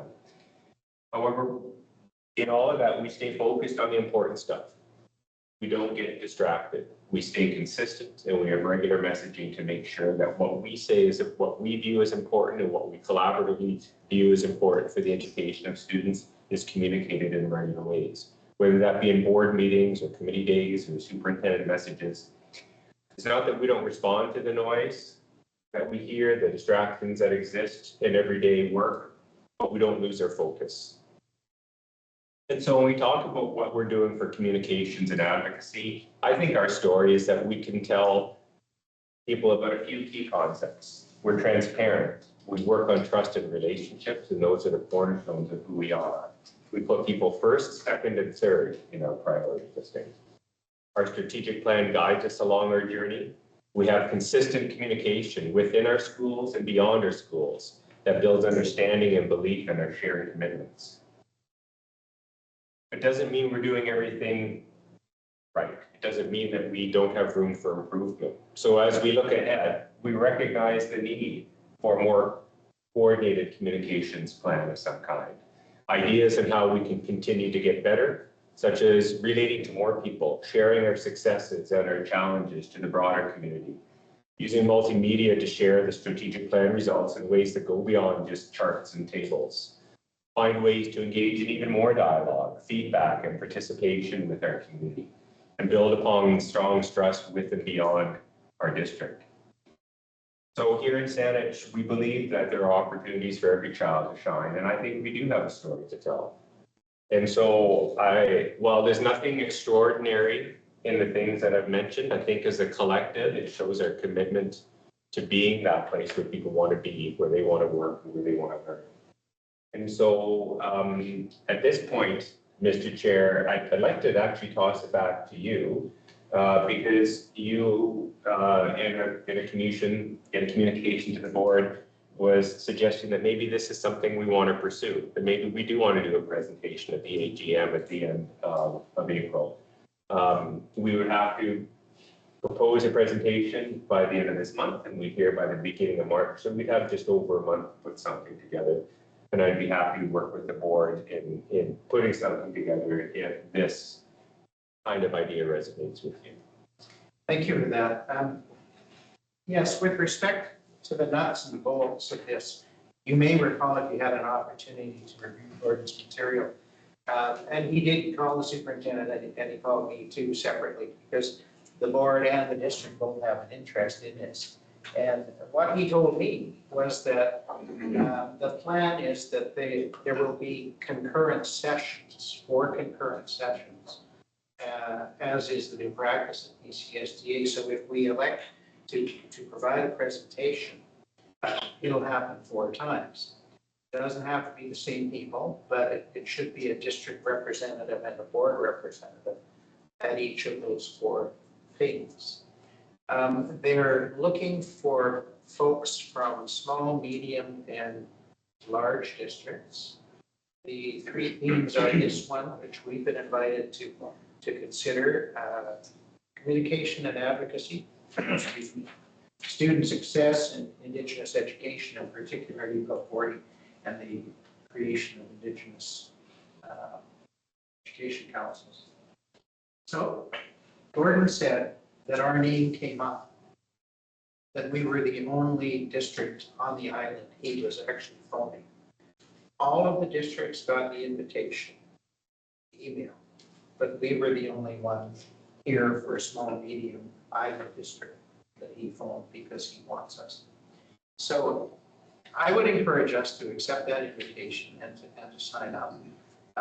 As I say, depending who is going, it doesn't have to be the superintendent and me as chair for all of these board meetings. We could work that up a little bit. But if you give some direction to us jointly, we can start that process and at least let BCSGA know that we will participate in that. I think Trustee Van Wel, you earlier as the provincial councillor served as a liaison with BCSGA, asking about the opportunity to present on certain things, and particularly the Beacon partnership with us. And so this seems to be something they want. This seems to be our foot in the door. And if it can be helpful to other trustees and other districts, I encourage it. So are there any questions, any feedback? Is there any trustee? Do we need a motion here, Chair? I don't think so. I trustee only. We finish that one, sir. No, I was just to say, I think it's simply as a direction, if there's no objection, that we would participate in the conference that way. And if it would come. Trustee Owens? I think it's a great idea. I won't be there, so that's easy for me to say. Let's do the work and let's go present. I think that's a heck of a good idea too. But you can do all the work getting it together then, how's that? Still have an opinion. I think that's a great sort of foundation for what makes this place special. And those kinds of events, when people can say, we don't do that, and we want to know more, a lot of what is on the list is like, even if they're not very good at it, they'll say, oh yeah, we're transparent. I mean, we have great community relations, and people just say, yep, we do that too. Nice to share with them like 3 or 4 big things that they probably don't do. I think the budget advisory process is one. I think it's quite rare that it's done the way we do it. I think these courses that we're just referring tonight, would be a good example of how the district works with the Los Angeles community. I think referencing specifically the partnerships and what they are, Beacon, the South Island partnership with Wilson. So adding to those big ideas, some specifics that will make people say, well, now I see what they actually do, and we don't do that, and I wonder if we could. That's just my advice on how this would be, something people could really grab onto. He's not coming. It's going to work together. Yeah. There's lots of different moving parts. How long do you need, Trustee Elder, to get it done? Yeah. It's not my job anymore. Thank you. Thank you. Trustee Sills. Yeah, I guess I'm on the fence a little bit about what we have to offer, give example to other districts. And some of the things that distinguish us are, I think, just by the grace of God that we're on the peninsula, that we've got 7,500 students and with this nice size, and everybody, the cream of the crop wants to come and live here and teach here and all that. But I think of the strategic plan and some of the initiatives that have come up as a result of the strategic plan for Indigenous education and the creation of this course. That would be one thing that would be a story to tell. The DLA, the District Literacy Assessment, that I think sounds like not everybody has that. So, and mental health and wellness, I don't know, we might be able to find something about that. And I guess sides is another one, where our sides goals is maybe distinguished from other goals. So anyway, so on one hand, do you have anything to teach anybody else? Because some of these workshops that we've been to in the last couple of years, they're very specifically about the programs that people are delivering.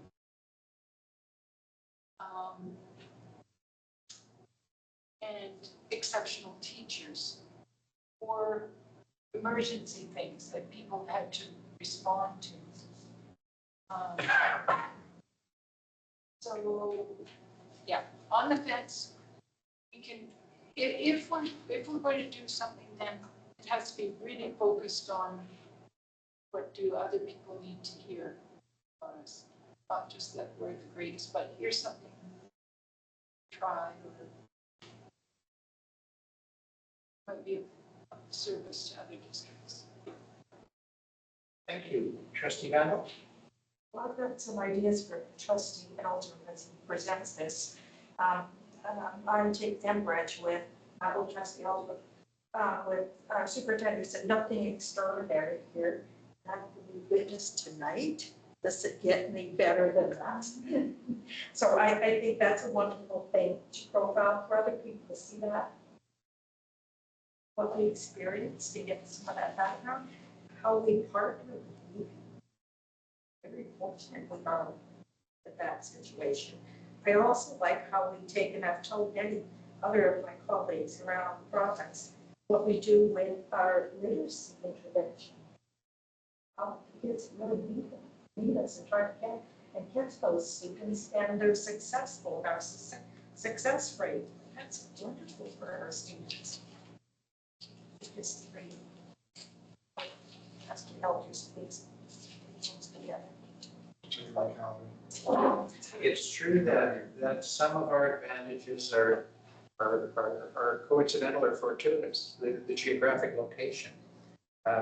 But from that, it's enabled us to achieve some of these things that we're proud of because our staff is small, because we can get from one end of the district to the other in 20 minutes, because our student body is small. And so even that's what they want to hear, I think, because we are a small district. Those are the kinds of things that they want to know. But not exclusively that, of course, as Trustee Silzer says there, and you said, Trustee Elder said, there are many other initiatives and accomplishments. We've seen a wonderful one tonight that we can hopefully illustrate for other districts. So I don't want to prolong this. Trustee Hickman? Just, I'll be quick, thank you, Chair. The only thing I would suggest is that there needs to be strong, tangible takeaways. And I think this piggybacks on what Trustee Zolder was saying. In other opportunities that we've had at BCSTA, there's usually some very pointed, strong messaging that we can then take away as a district and see how we might implement that ourselves or massage it into something that would be useful for us. So I think if we were to go forward with this, we need to have a focus like that, to have something really poignant to share that others can take away. I'm not hearing, I think, with the possible exception of Trustee Seltzer, an objection to doing this. What I am hearing are some very good ideas on what it should perhaps if we do it. Trustee McMurphy. I'm just going to make the same comment that you just did, which sounds like there's general agreement with the notion of doing some kind of presentation and what aspect of Saanich do we want to focus on, I guess, is the debate. Like Trustee Elder, I won't be there, so my remarks are extremely gratuitous. But one of the things that I think may, and I don't know because I haven't looked at the strat plan for 60 districts, but one of the things I suspect might make us a bit different is our global citizenship plank in our strat plan. And which is, for me, it's the reason why we have public education. We take our responsibility to the general public quite seriously. And we want our students to know that they have a responsibility, and this is why they have the responsibility, and our public education system has to help them understand that and take it forward to do something beyond what's good for themselves, but what's good for our planet, what's good for our country, what's good for our students, whatever box you want to put it in. But I would think that would be an exciting focus, that to echo Trustee Hickman's remarks, be something that another school district might be able to emulate, whether they're small, rural, big, not, whatever. Of course. And I must say that in brainstorming this presentation by the superintendent just in the past couple of days, it was just really a plethora of ideas, just to give a flavor of what the possibilities are. So these are really valuable comments. Well, is there any objection to us? BCST needs to know, obviously, if we make a commitment by later this month, we have to follow through. Trustees McMurphy and Elder won't be there, apparently at this point at least, and so there may be some work for the rest of us. The superintendent and I could call on some of you to help developing the presentation or presenting it too. So is there any objection to us making that commitment to BCSDA and then working on this? Trustee Stelter. Well, I don't have an objection, but I do have a question. And because in the end, I think it's going to be staff time that goes into it. And maybe people who aren't around this table who are going to be called upon. Like, for example, to tell the story about the new law course, probably want to hear directly from Sally Morgan. And that would depend on, you know, if depending on the topic, we're going to be asking other people to do it, and especially superintendent, say, in crafting the thing in the end. It would have to be limited. I forgot to mention this. We're only allowed 20 minutes. Oh, so if there are two presenters, staff and the board, that's 10 minutes. So we are limited in how much we can cover. I don't know that they can work in about. So 20 minutes?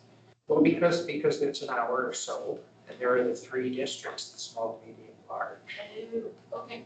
in each of the sessions. And I should have clarified that. Okay. Yes, yeah, no problem. But did you wish to comment, Superintendent, about the staff?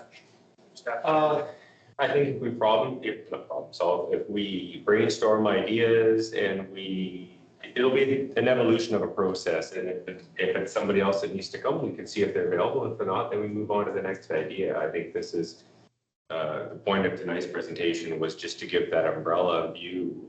And I love all the concrete examples. And I think it's possible to put something together with 3 or 4 examples and figure out what that looks and feels like, and with a small group of trustees and yourself and me and Ken putting it all together for us. Thank you, Trustee Albert. I'll come up with the ideas and we'll just let him run with it. I see heads nodding in gratitude already. All right, thank you. I'll take that. I think we'll take that because it's a joint effort here. That's what I use. As, You're good to go. as thank you. Does that complete your report, Superintendent? I am more than finished, yes. School successes are contained in the report pack. So we'll move to committee reports. Item 10 is finance, facilities, and technology. Chair. Chair, the report in the board pack includes all the materials that came to the finance committee, and we discussed risk management, transportation update, fiscal forecast at some length. If there are any questions about those, or if the secretary treasurer has any update on any of those, we'll be happy to go to those if it's the wish of the board. But in the meantime, I'll move what is in the agenda and in your materials. I don't think they need a lot of going over. First of all, the committee recommends, and I trustee all the move that the board approve the budget advisory committee terms of reference. Second, Trustee Hickman. Anything, Trustee Hubbard? Anything, any trustee? All in favor? Opposed? Carried. Committee recommends, and I trustee all the move that the board approve the 2025-26 budget process consultation plan. Second. Trustee Hickman, discussion? All in favor? Opposed? Carried. Are any questions of or comments from the secretary treasurer about the discussed items? That concludes my report. Any questions for Trustee Albert? Thank you. Moving then to item 12, policy development with committee chair Dunlop. So we had no questions or presentations, and as we move through the review of all the board policies, we focused on policy 7 board committees, where we talked about committee makeup And so there is a scope of committees in the several different, in the meetings that involved directions and our plans and FF&T and policy and human resources. So we have given staff some suggestions on how to put some umbrella terms together for those and to bring them back to our next meeting next month. And then item C, items of recommendation for policy 28 languages, and I providing a notice of motion. So I, trustee Van, will provide notice at the April 23rd, 2025 public meeting of the Board of Education. I will move the following motion that revisions to policy 28 languages be approved. Thank you. That completes your report. That's yes. Any questions, trustee Van, trustee Allen? Mr. Carter, the work done between committee day and tonight for the preparation of tonight's materials on policy 7 looks like it's exactly what we were hoping to see. So I appreciate that. I think that's been some good, deep, and quick work on behalf of our expecting superintendent. So thank you for that. I look forward to seeing it come forward to resume the next committee meeting. Thank you. We'll move then to item 13, reports to trustee representatives. And first is the Vista Spring Conference. So trustee Hickman.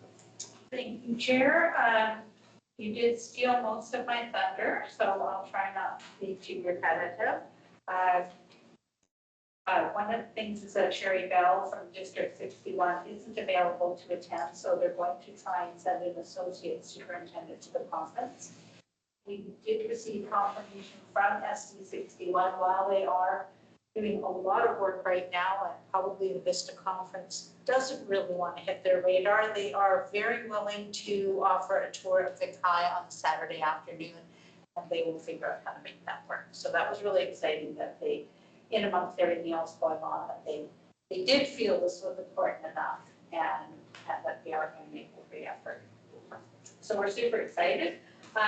We've also got confirmation from Gordon Lee and Jamie Fearing from BCSTA that they will be attending. One of the things that came up with all the changes happening in District 61 was how we would manage the Indigenous welcome from the Songhees and the Esquimalt Nations. Landon Underwood has graciously offered to organize that and make that happen for us. So we're grateful to Landon for that. All other planning and details are getting nailed down, all the fine bits and pieces, and it's shaping up to be a really fun time. Thank you very much. That concludes my report. Any questions for trustee Hickman? Thank you, trustee Hickman. We'll go into trustee Vandal and the BCPC annual general meeting. Thank you, Chair. Superintendent Everett and myself attended the BCPC AGM on Thursday, January 30th and Friday, January 31st. Today with a very warm welcoming territorial acknowledgement by E. Flynn, who is the chair of BCPC and board of directors. It's followed by greetings from Vice Chair Tracy Lawford. Our CBO report was presented by Bruce Anderson, who welcomed Elsa Buchanan to BCPC as the new executive director in employee relations and sector services. Elsa comes from SMU, where she was the director of human resources. There were two presentations on Thursday. One was BCPC, who are we, what are we doing? And there was a conflict of interest discussions of examples. The business meeting, there was one resolution, and that was about the bylaw amendment to change SD 40 from School District 47 Powell River to School District 47 Cathette. There are 4 new board directors who were acclaimed. The BCPC trustee representatives gathered to discuss main issues facing the school districts and the overall issues identified for increased leads, recruitment challenges, housing issues, complex student needs, professional development. On Friday, we were honored to have the Honorable Lisa Baer, Minister of Education, address us. Also on Friday, there were presentations, 4 presentations on bargaining And lastly, presentation on recruitment and retention. It was a very well attended event, and I appreciated having Superintendent Everett there for his valuable support. Thank you. Questions for Trustee Elder? Thank you. Third is the February 3 COPAX meeting, and I'll invite Trustee Elder. Thank you, Chair. It was the beginning of summer good. So I managed to have a very good conversation with COPAX, and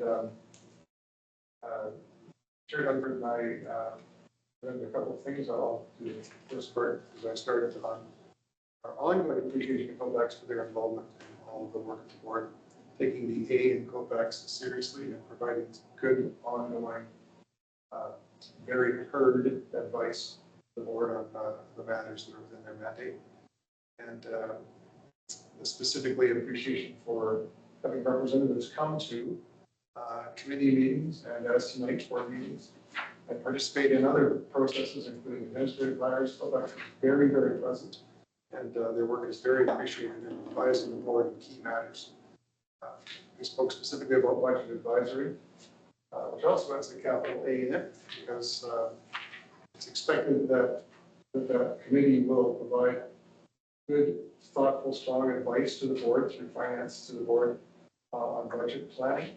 That is already happening in COPAX involvement. That is very appreciated. So we just made sure that message was clear. And then, Chair.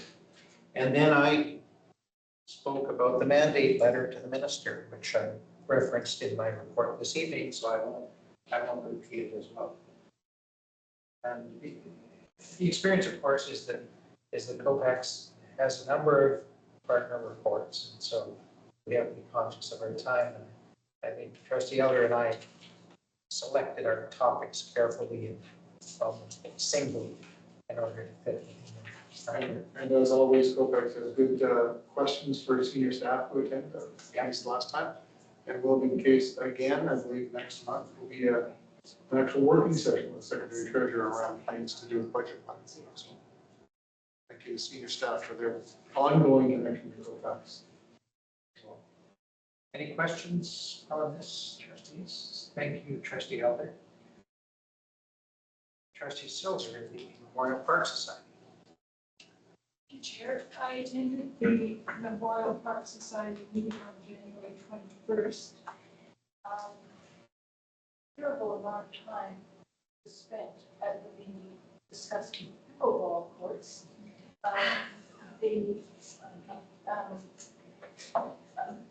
District administrators was present. The North Saanich CAO a presentation on the survey that North Saanich is doing. And the reason it's of relevance to Memorial Park Society is that the district is doing a survey about whether or not the courts, pickleball courts, should be built on the MPS lands that would actually be on the land that's leased by the Peninsula Soccer Association. So there are issues, kind of legal issues about that. But also, they're aware that the Peninsula Recreation Commission is also doing a survey of recreational needs. And anyway, that was one thing that may or may not be of relevance to the school district.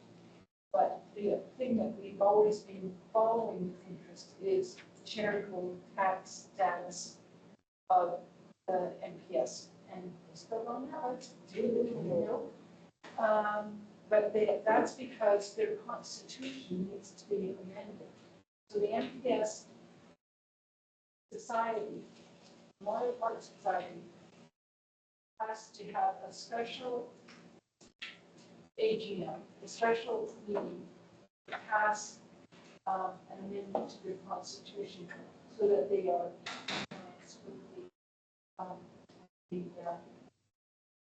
Tax Act so that they will qualify once again to have charitable taxes, which means they won't be fundraising probably until next year. That's what they thought. That concludes my report. Any questions for Trustee Sullivan?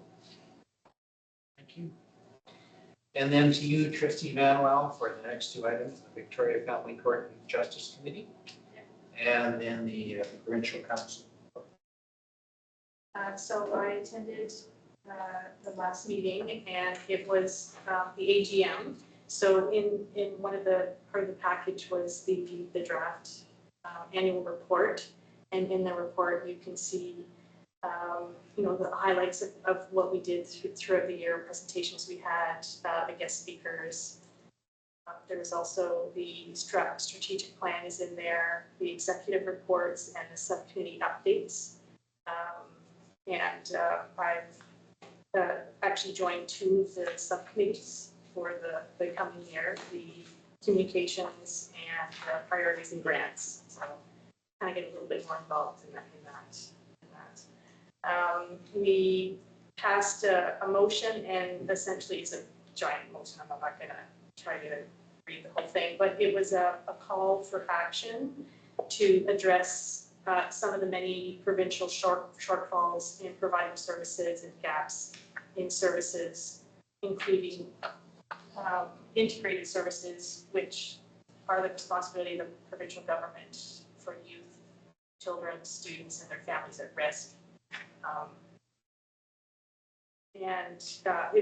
It was passed, and so it's the communications committee that will be putting together letters to send to a variety of ministries to ask for funding to help with fill these gaps.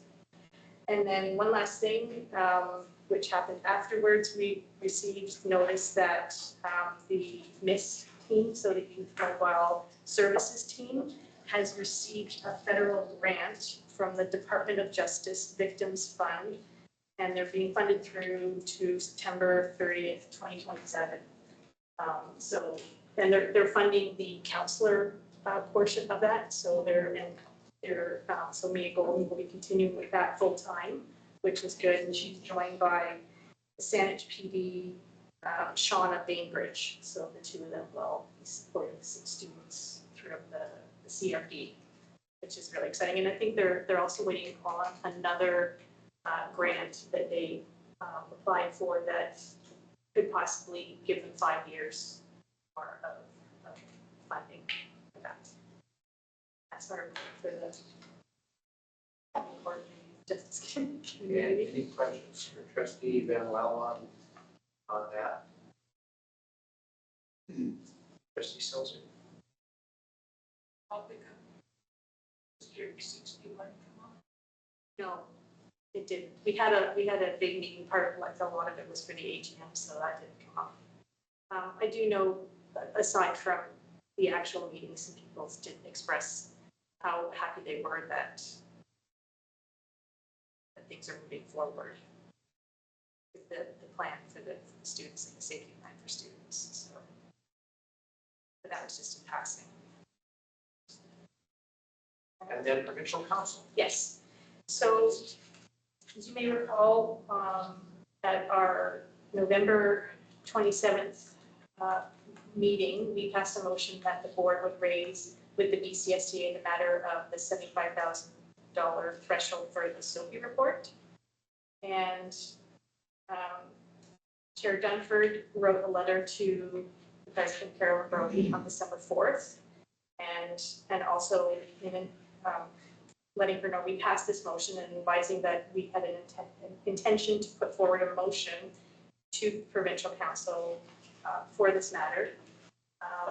Secretary Treasurer and I, well, Secretary Treasurer put the motion together, and it is in the package, and which we are planning on. I'm planning on submitting for the AGM, and the motion reads that the BCSTA requests that the Minister of Finance review the reporting thresholds applied in the annual statement of financial information report, Sophie. and with the rationale that we had used, that we had talked about. That was in the letter that Chair Dunford had sent to CSEA. So it's just more for information. Anybody have any questions? Has it been submitted yet? It has not. It's not due until the 21st, so we have some time. So we wanted to bring it to the board just to let them know that we were planning on doing that. And I'll submit, and I can submit it myself. I don't need to go through you. I just got that, so. I'll see it at the legislative actually, so I won't be able to discuss Yes. it. Any questions on that, Trustee Silt? I'm just wondering if we wanted to specifically ask them to increase the amount from $75,000 to a higher amount. As opposed to review. Yeah. Because that's, in the end, I thought that's really what we wanted. Comments? Either of you?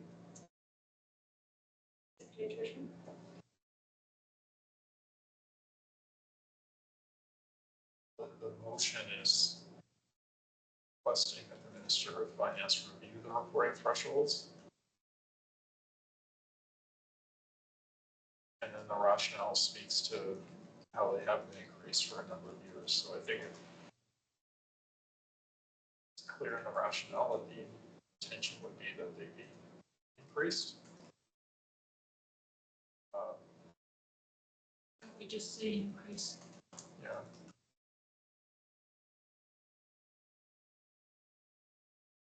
That would be an option. Review it for the purpose of increasing. Review for the purpose of increasing.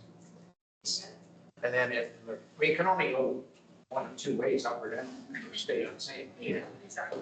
So the rationale and motion both say that. There's consistency. So can we leave that with you? Yeah, that's one thing. Yeah. Okay, good, thanks. Any other questions for Trustee Van Wel?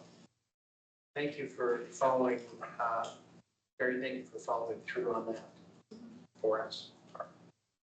Okay, that takes us to correspondence. There are 4 items. First is the letter from the Sandwich Teachers Association of January 24, 2025 for consideration. Trustee Elwood. Thank you, Chair. I don't know if this has happened yet, but if not, I would hope we could, since the letter is to the board, the chair, provide a response to make it clear that this was a reclassification of a position and not the creation of a new one.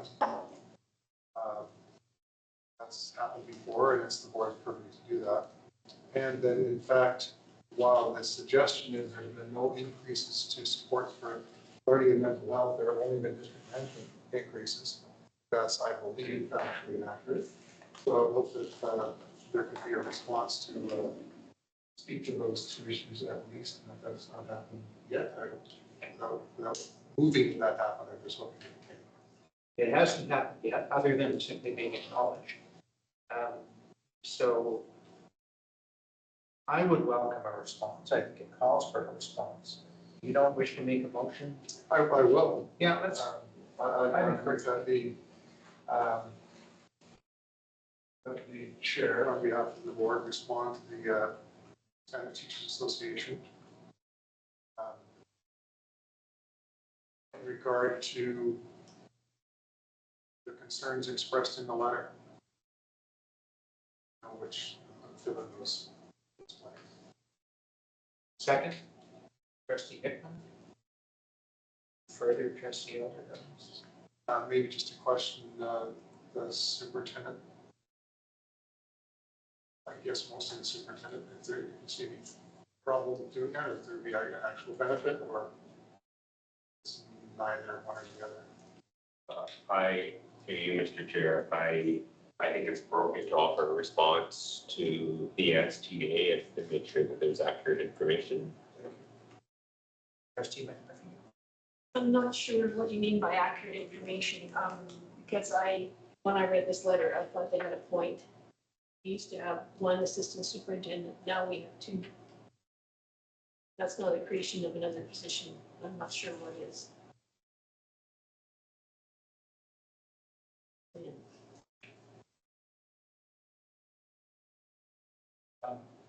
you like to respond to that before we move on to Uh, just a point of clarification, the board has reclassified other management positions without going to the STA. I can think of, Melissa Austin, district vice principal to district principal, Brian McCass from manager to associate director.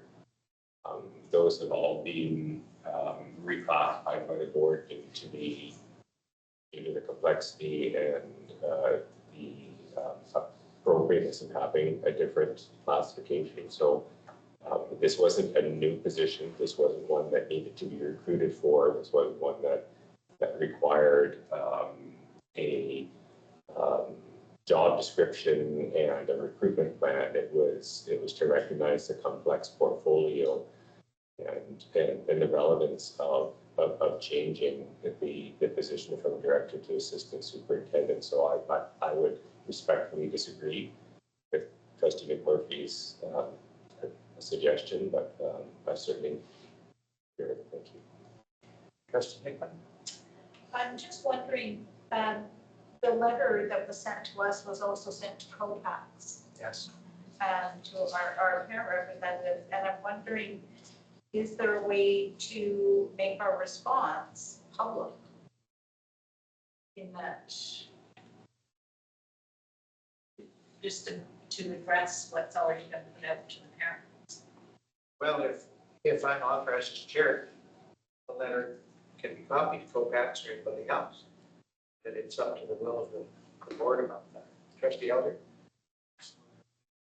Well, are you speaking to this question? To this point? Yes.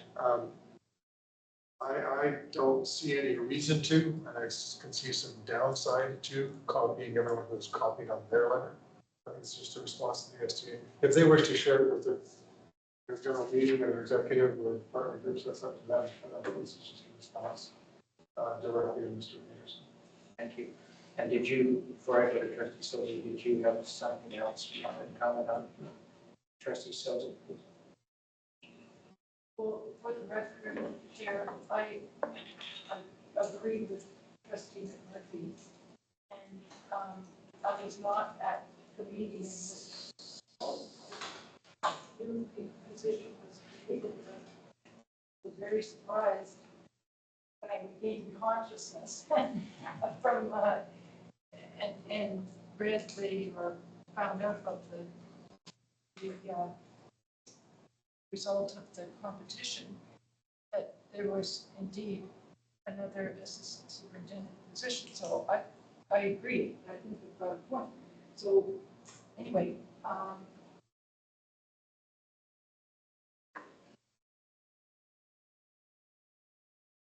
do you respond to it? If we don't agree on the response, so. Well, it'll have, I mean, the motion is the motion, and if it passes, it passes. If it doesn't, it doesn't. But what I may offer this as another point to consider. If the question is interpretation of the policy team, and the expectation is that our partners would be involved in the conventional way and in shortlisting in a panel and so forth, I find it difficult to apply that to this circumstance months ahead of time. I don't believe that the policy, I don't see the policy was intended for those kinds of circumstances. Trustee Elder? Thank you, Chair. I think what the suggestion in relation to board policy 18, to me, would be that the incumbent in the director's position should have been removed from the position. Creation of a new position to which that person would be invited to apply. And given that this was a personnel issue as much as a position issue, that the board was fully within its right to reclassify the position without going through all the machinations of policy 18. That's my opinion. And I think if the chair, if this motion passes and the chair has to write a letter and use his discretion on what to put in there, it seems that it wouldn't be wish of the board to say, you're wrong, policy 18 didn't apply, but to say thank you for your advice, which isn't saying undo this, it's just saying, please, follow your policies when adding new positions to management. So we'll take it under consideration in the future as opposed to we were wrong and we, we'll do it differently next time. It's, thanks for your advice. Just to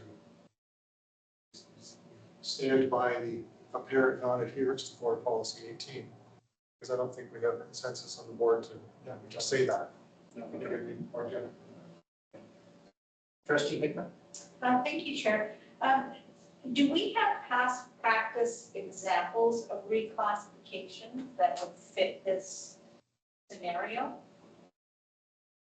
Well, the superintendent gave a couple of examples. Those weren't at the same level as this one. That policy speaks to executive. Are you, Trustee Silter? I guess I looked at it from the perspective of the organization chart.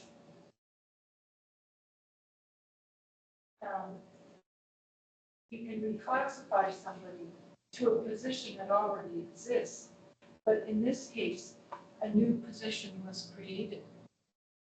There wasn't on the organization chart 2 assistant superintendents, there was 1. And so, I guess we can keep going back and forth on definitions and trying to fit it into what happened into the policy. But it would appear if the organization was being the organization chart was being changed, that there would have been a little more preparation. And the preparation, I think, is under. There are certain steps to be followed rather than just being decision. Yeah, and so we have disagreement about that. And superintendent? I want to speak carefully because I know this is a board prerogative and it's board policy that we're talking about, but I'm having difficulty understanding what that process would look like. If we're talking about an existing person in an existing role, and the board is considering, for valid reasons that they discuss, to change the classification of that position, how we would go out to partners and have a conversation about what that would look like and talk about the qualifications for that position with the person currently sitting in that role. And I'm wondering what that process conversation would look like. So again, I'm going to politely disagree with Trustees Silter and Murphy. This isn't a new position. This is a reclassification of a position.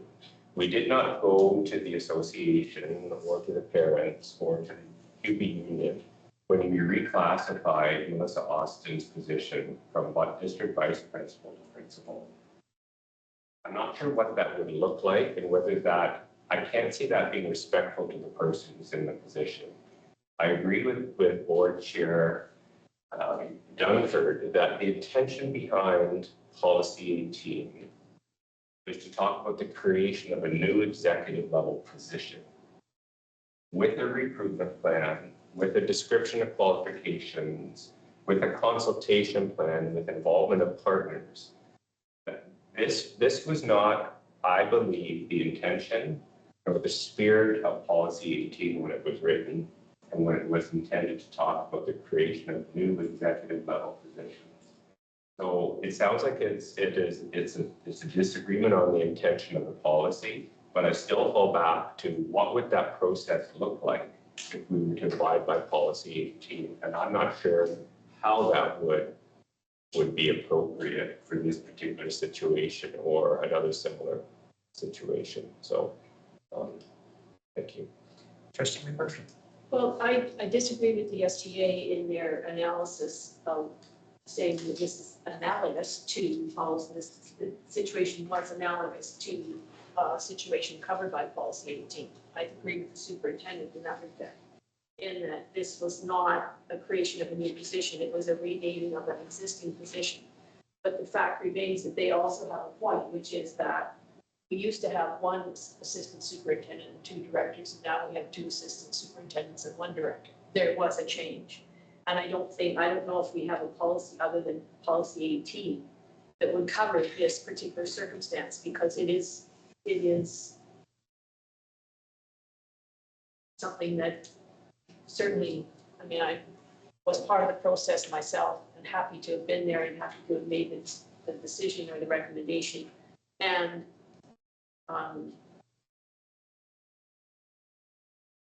but feeling that I, did so with some, actually, it's really hard to talk about because it was in camera and I don't know what to say, but without, violating the necessities of privacy. But I think if we could follow Trustee Elder's perhaps suggestion, which is something along the lines of, and this is my extension of his position, which is, yes, you have a point, but policy 18 isn't it.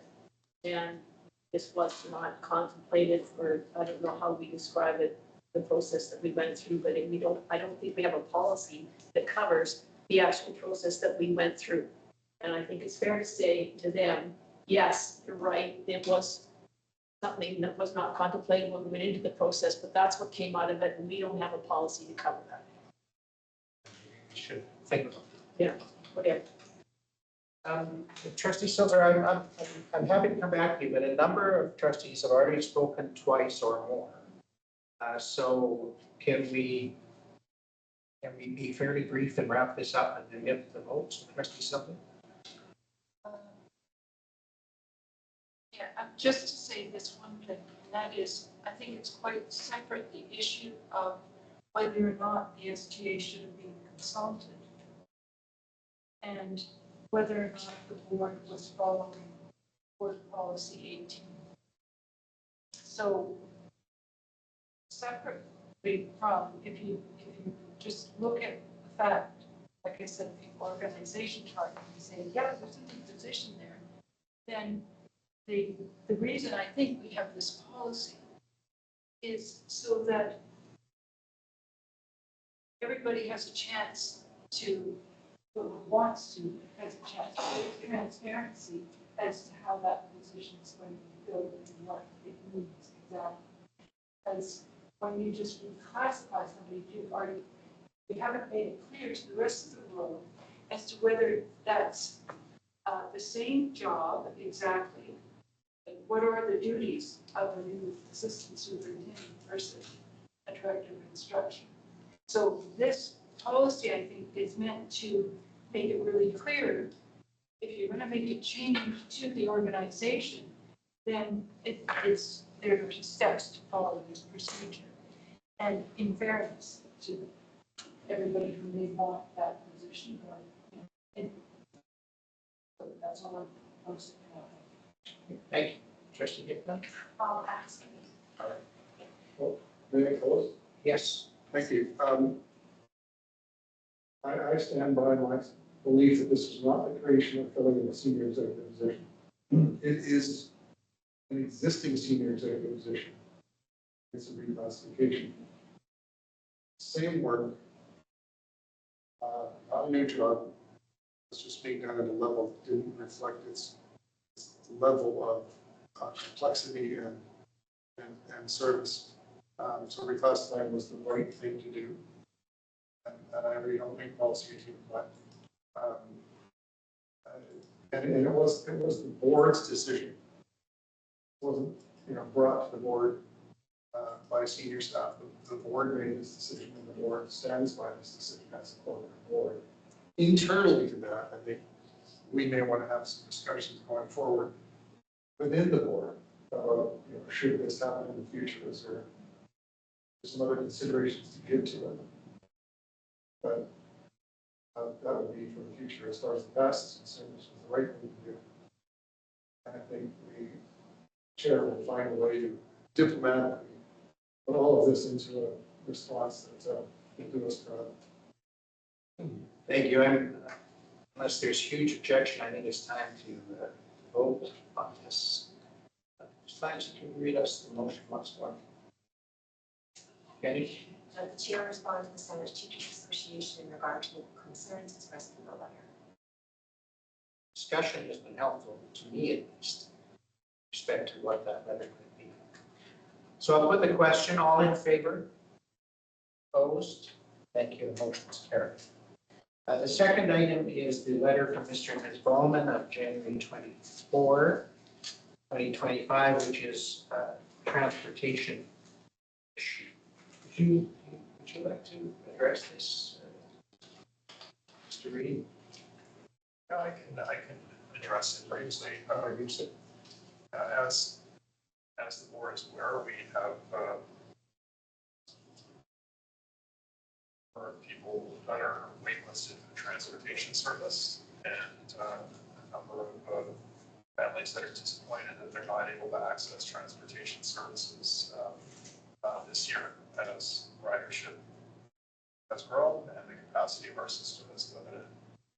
So in this particular circumstance, which I won't go into in detail, I am aware of the conversations that occurred and the correspondence that was attached to the letter demonstrates the amount of discussion that occurred over a prolonged period of time. And in this circumstance, this is a priority 3 rider. In fact, a rider who wants to be transported from Tanner Ridge to Cordoba Bay. And there isn't room on the bus, and under the new policy, there shouldn't even be a stop in Tanner Ridge as that bus is moving to Cordoba Bay. And so it's, in my view, very clear-cut issue, but happy to answer questions. Trustees?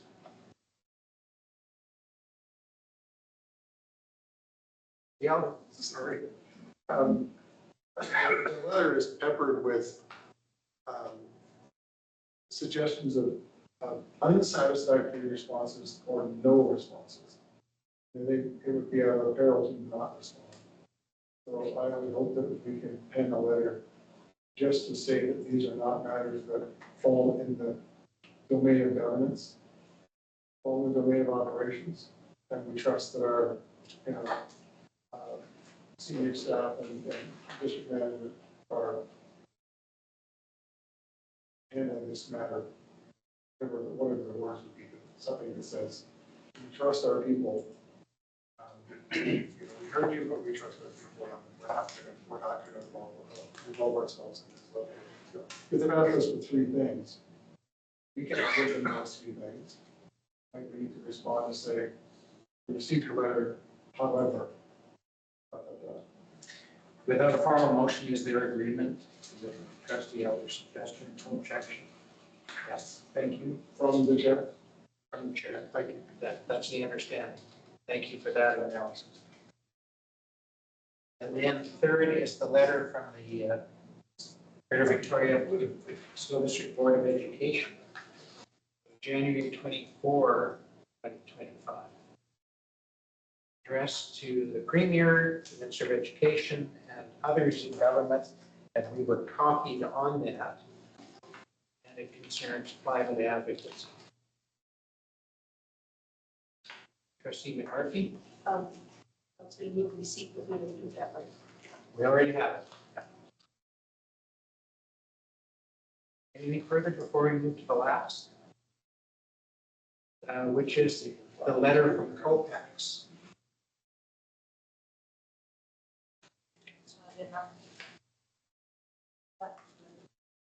February 7, 2025. Was addressed to the councils. We got it separately. Yeah, I separately. Yeah. Do trustees have that? The drive to find? The letter of February 7th to the councils of Saanich, Central Saanich, North Saanich, and Sydney. Yeah. Copy to everybody. It's about that 5 minutes. Anything arising from that, trustee? All right, thank you. This is then the second question period of the agenda, an opportunity for guests, partners, public to ask any. We have one. One? We have one guest. But don't we have Well. JV? Oh, No, Jamie's not up there. Jamie's still there. Jamie's still there. Oh, yes, she is. Oh, she's on. It's actually not. Oh, there she is. Okay. Don't feel put on the spot, Jamie. If you had a question, she doesn't. Thank you. All right. Trustees, that completes the agenda. Is there any objection to adjourning at this time? Absolutely not. Thank you. You're here. True. Good night, everybody. Thanks for hanging in there. Feel better, Carly. Thank you. Oh. We're leaving now.